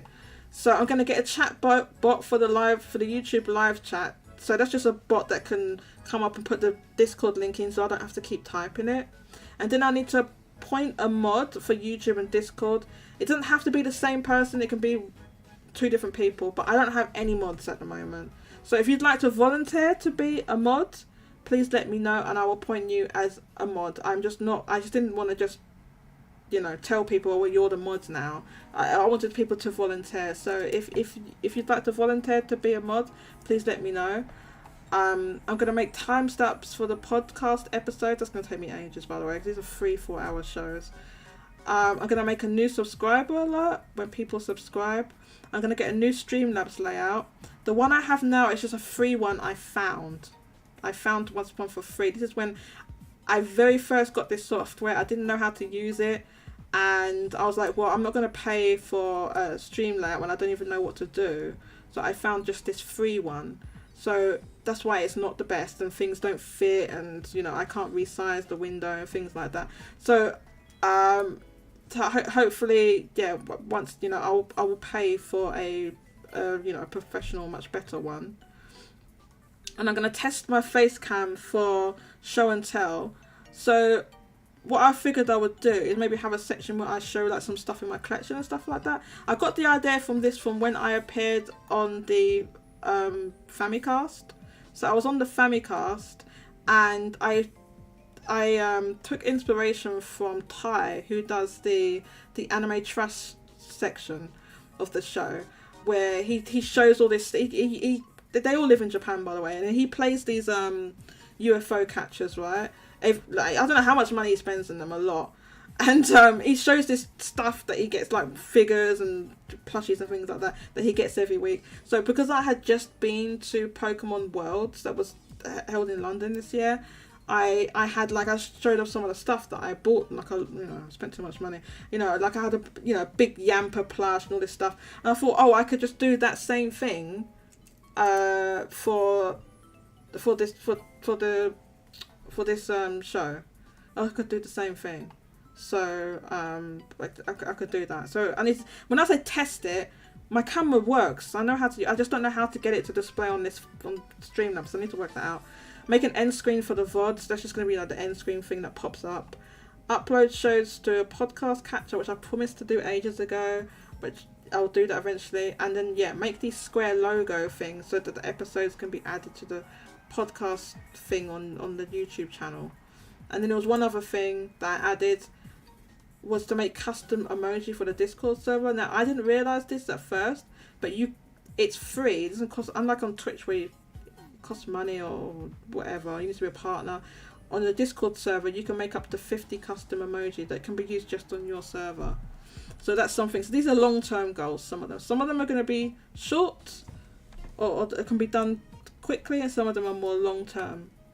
So if you have any other suggestions, please let me know for stuff to improve our Discord server and YouTube channel. And I hope Mario DK18, you'll consider sticking around and participating in some things. And you know, if you have any suggestions, that I would be happy to hear that.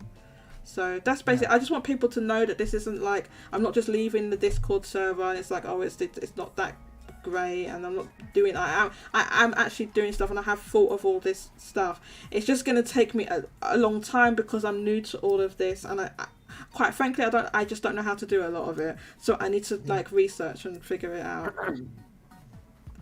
So yeah.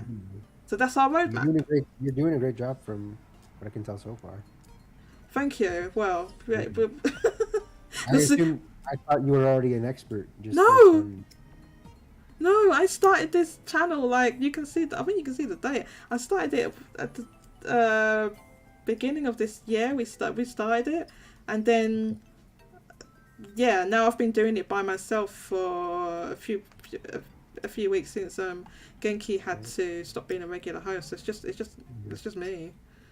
And even when Genki was here, it was me. I was running everything. So yeah, no, it's just me.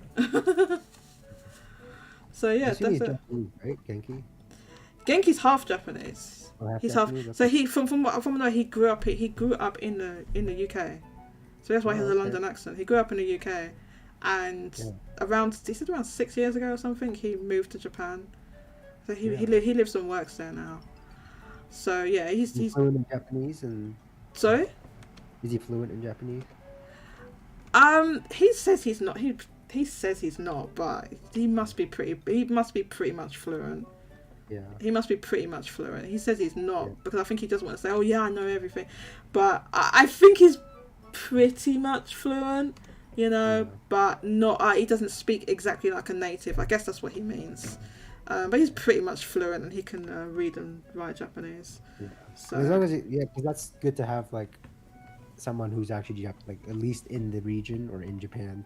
exactly, yeah. That's why we started doing the stuff together. Because I'm gonna tell you the story of how I even found. When I found Genki, he had no. He's got thousands of followers now. But when I found him, he had like no followers. He was like he had less than 100 followers. Nobody was even looking at anything he was saying, and he was like he was tweeting, because basically I was like searching. I was like, I just want to find somebody who's like looking inside. I want to see what's inside the like the actual stores, like the shelves and everything. And I kept searching on Twitter, and eventually I just stumbled upon his thing. And he had less than 100 followers, and he was tweeting out like pictures of that he'd taken inside the stores and things like that. So I couldn't find anyone else that was doing it. Sorry? I think you or someone posted a video he did like kind of like a tour. Yeah, he has. If you look on YouTube, he has that on his YouTube channel, like the full version of it on his YouTube channel, Genki Gamer. If you look that up, but yeah, no one else was looking at that stuff. So I just befriended him basically. I just started talking to him, and yeah, it just went from there basically. So yeah, Genki's a cool guy, but he's very busy lately. So yeah, so he can't do the show unfortunately, but yeah, he's doing well. So yeah, so that's hopefully one day there can be like a special occasion. Sorry, I completely missed what you said. Please repeat that. Oh, sorry. It's like hopefully one day there could be like some kind of special occasion that we can make something work to get him on, because it'd be nice. I'd like to talk to him and ask him his perspective, and you know. Yeah, it would be great to have him back on again. You know, if he has time. See, I don't know. You know, I'm not gonna promise that he's gonna come back or whatever. But you know, the door's open for him to come back anytime. We just have to plan it in advance, because there's a giant time difference. You can't just do it on the fly. It has to be planned in advance. The time difference is so huge. But it's funny because like you and I have a big time difference, right? You said you're on the west coast of the United States. Yeah. 8 hours isn't too bad.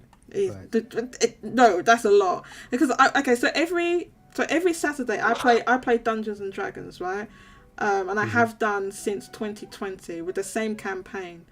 And my dungeon master who runs it, he lives in Japan. So they live in Japan. I'm in the UK.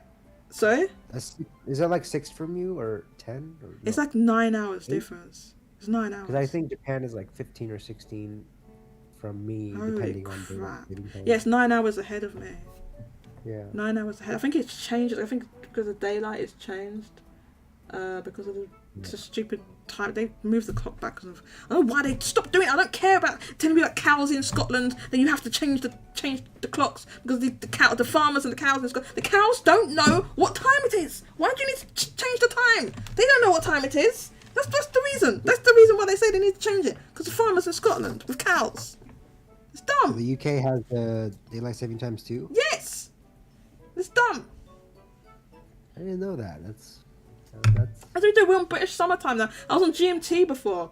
Now on British summertime. It's so dumb. I don't care about the cows in Scotland.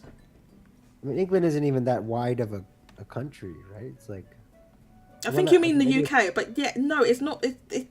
It's all in one time zone. The whole country's in one time zone because it's small. But the time changes because of the bloody cows in Scotland. Oh, thank me, Centre. You saw the checklist. Thank you. Dank, if you have any suggestions, please come over to Discord and let me know. J2 Blue Engage says, can we have a Jodie Square Enix rant? Oh my god. J2 Blue Engage, do you remember my Square Enix rants that I had on Twitter Spaces? Do you remember those? Do you remember? Oh, I think one time I had a level 5 rant. Did I have a level 5 rant? This is before they came. You know, obviously they came, but now they come back with. They're saying, "Oh, we've got these games coming." But this is like, well, where's level 5 at? I think I had level 5 rant, but I definitely had a number of Square Enix rants. A number of them. I was gonna have one this week about them not releasing a physical version of Live Alive for PlayStation, but we don't have time. Yeah, this week it was losing the Bayonetta Origins bet. Yes, I'll tell you why I lost that bet. I'll give you. I'll tell you why. Because I think I was here for Atelier it, 'cause we Riser thought- 3 didn't release you when thought I it wouldn't thought it was release. going to release. Yeah. It has 3 SKUs. Not only that, Yeah. but Fatal Frame dropped. Fatal Frame and what's that game? The Wolong. They all took a nosedive. If they had still been there and Atelier Riser 3 had released 2 weeks ago, I would have won install-based bucks. I lost. What's this mean? Katsunova. What does Game Shop Corner Renos mean? Game Corner Shop Renos. What's Renos? I have no idea what that means. Katsunova. Yeah, if you have any suggestions, please come over to the Discord and let me know. Oh, or before we go, let me get the link for the Discord. So this is why I need a bot, because every time I want this link, I have to go into this thing, go here, copy, and then go to drop it in the thing. No, that's not even the right one, the right window. Oh, it comes at you. Oh, you tagged me. It says Reno. What is Reno's? Yes, so here's the link. For anyone that's not in the Discord, please join. And you can participate in the community. And you just like Mario DK 18. I apologize. I'm sorry, Mario. I'm sorry. Okay, you can drop the 18. You don't need the 18. Don't need the 18. Okay, just Mario D. Yeah, that's fine. Mario D. Just like Mario D, you can come and join the call. But yeah, no, what was I saying about? Oh yeah, because every Saturday I always tweet out, but I'm playing Dungeons and Dragons. No one ever comes. But yeah, I play Dungeons and Dragons. I have done for 2 years, more than 2 years. As I said, my dungeon master and his wife live in Japan. Okay, but they're not Japanese. They're from the States. That they moved there as English teachers, right? So they're in Japan. Me and my 2 friends, we've got 2 friends of us that are in the UK, right? We're in the UK, and then we play with 2 other guys that are on the west coast of the United States, and we used to also have another guy that lives in Australia, although he had to drop out of the campaign. So we're spread out all over the world, and we have to worldwide Dungeons and Dragons. Dungeons and Dragons, yeah. And I play every week. I play Dungeons and Dragons every week. What time did you all decide?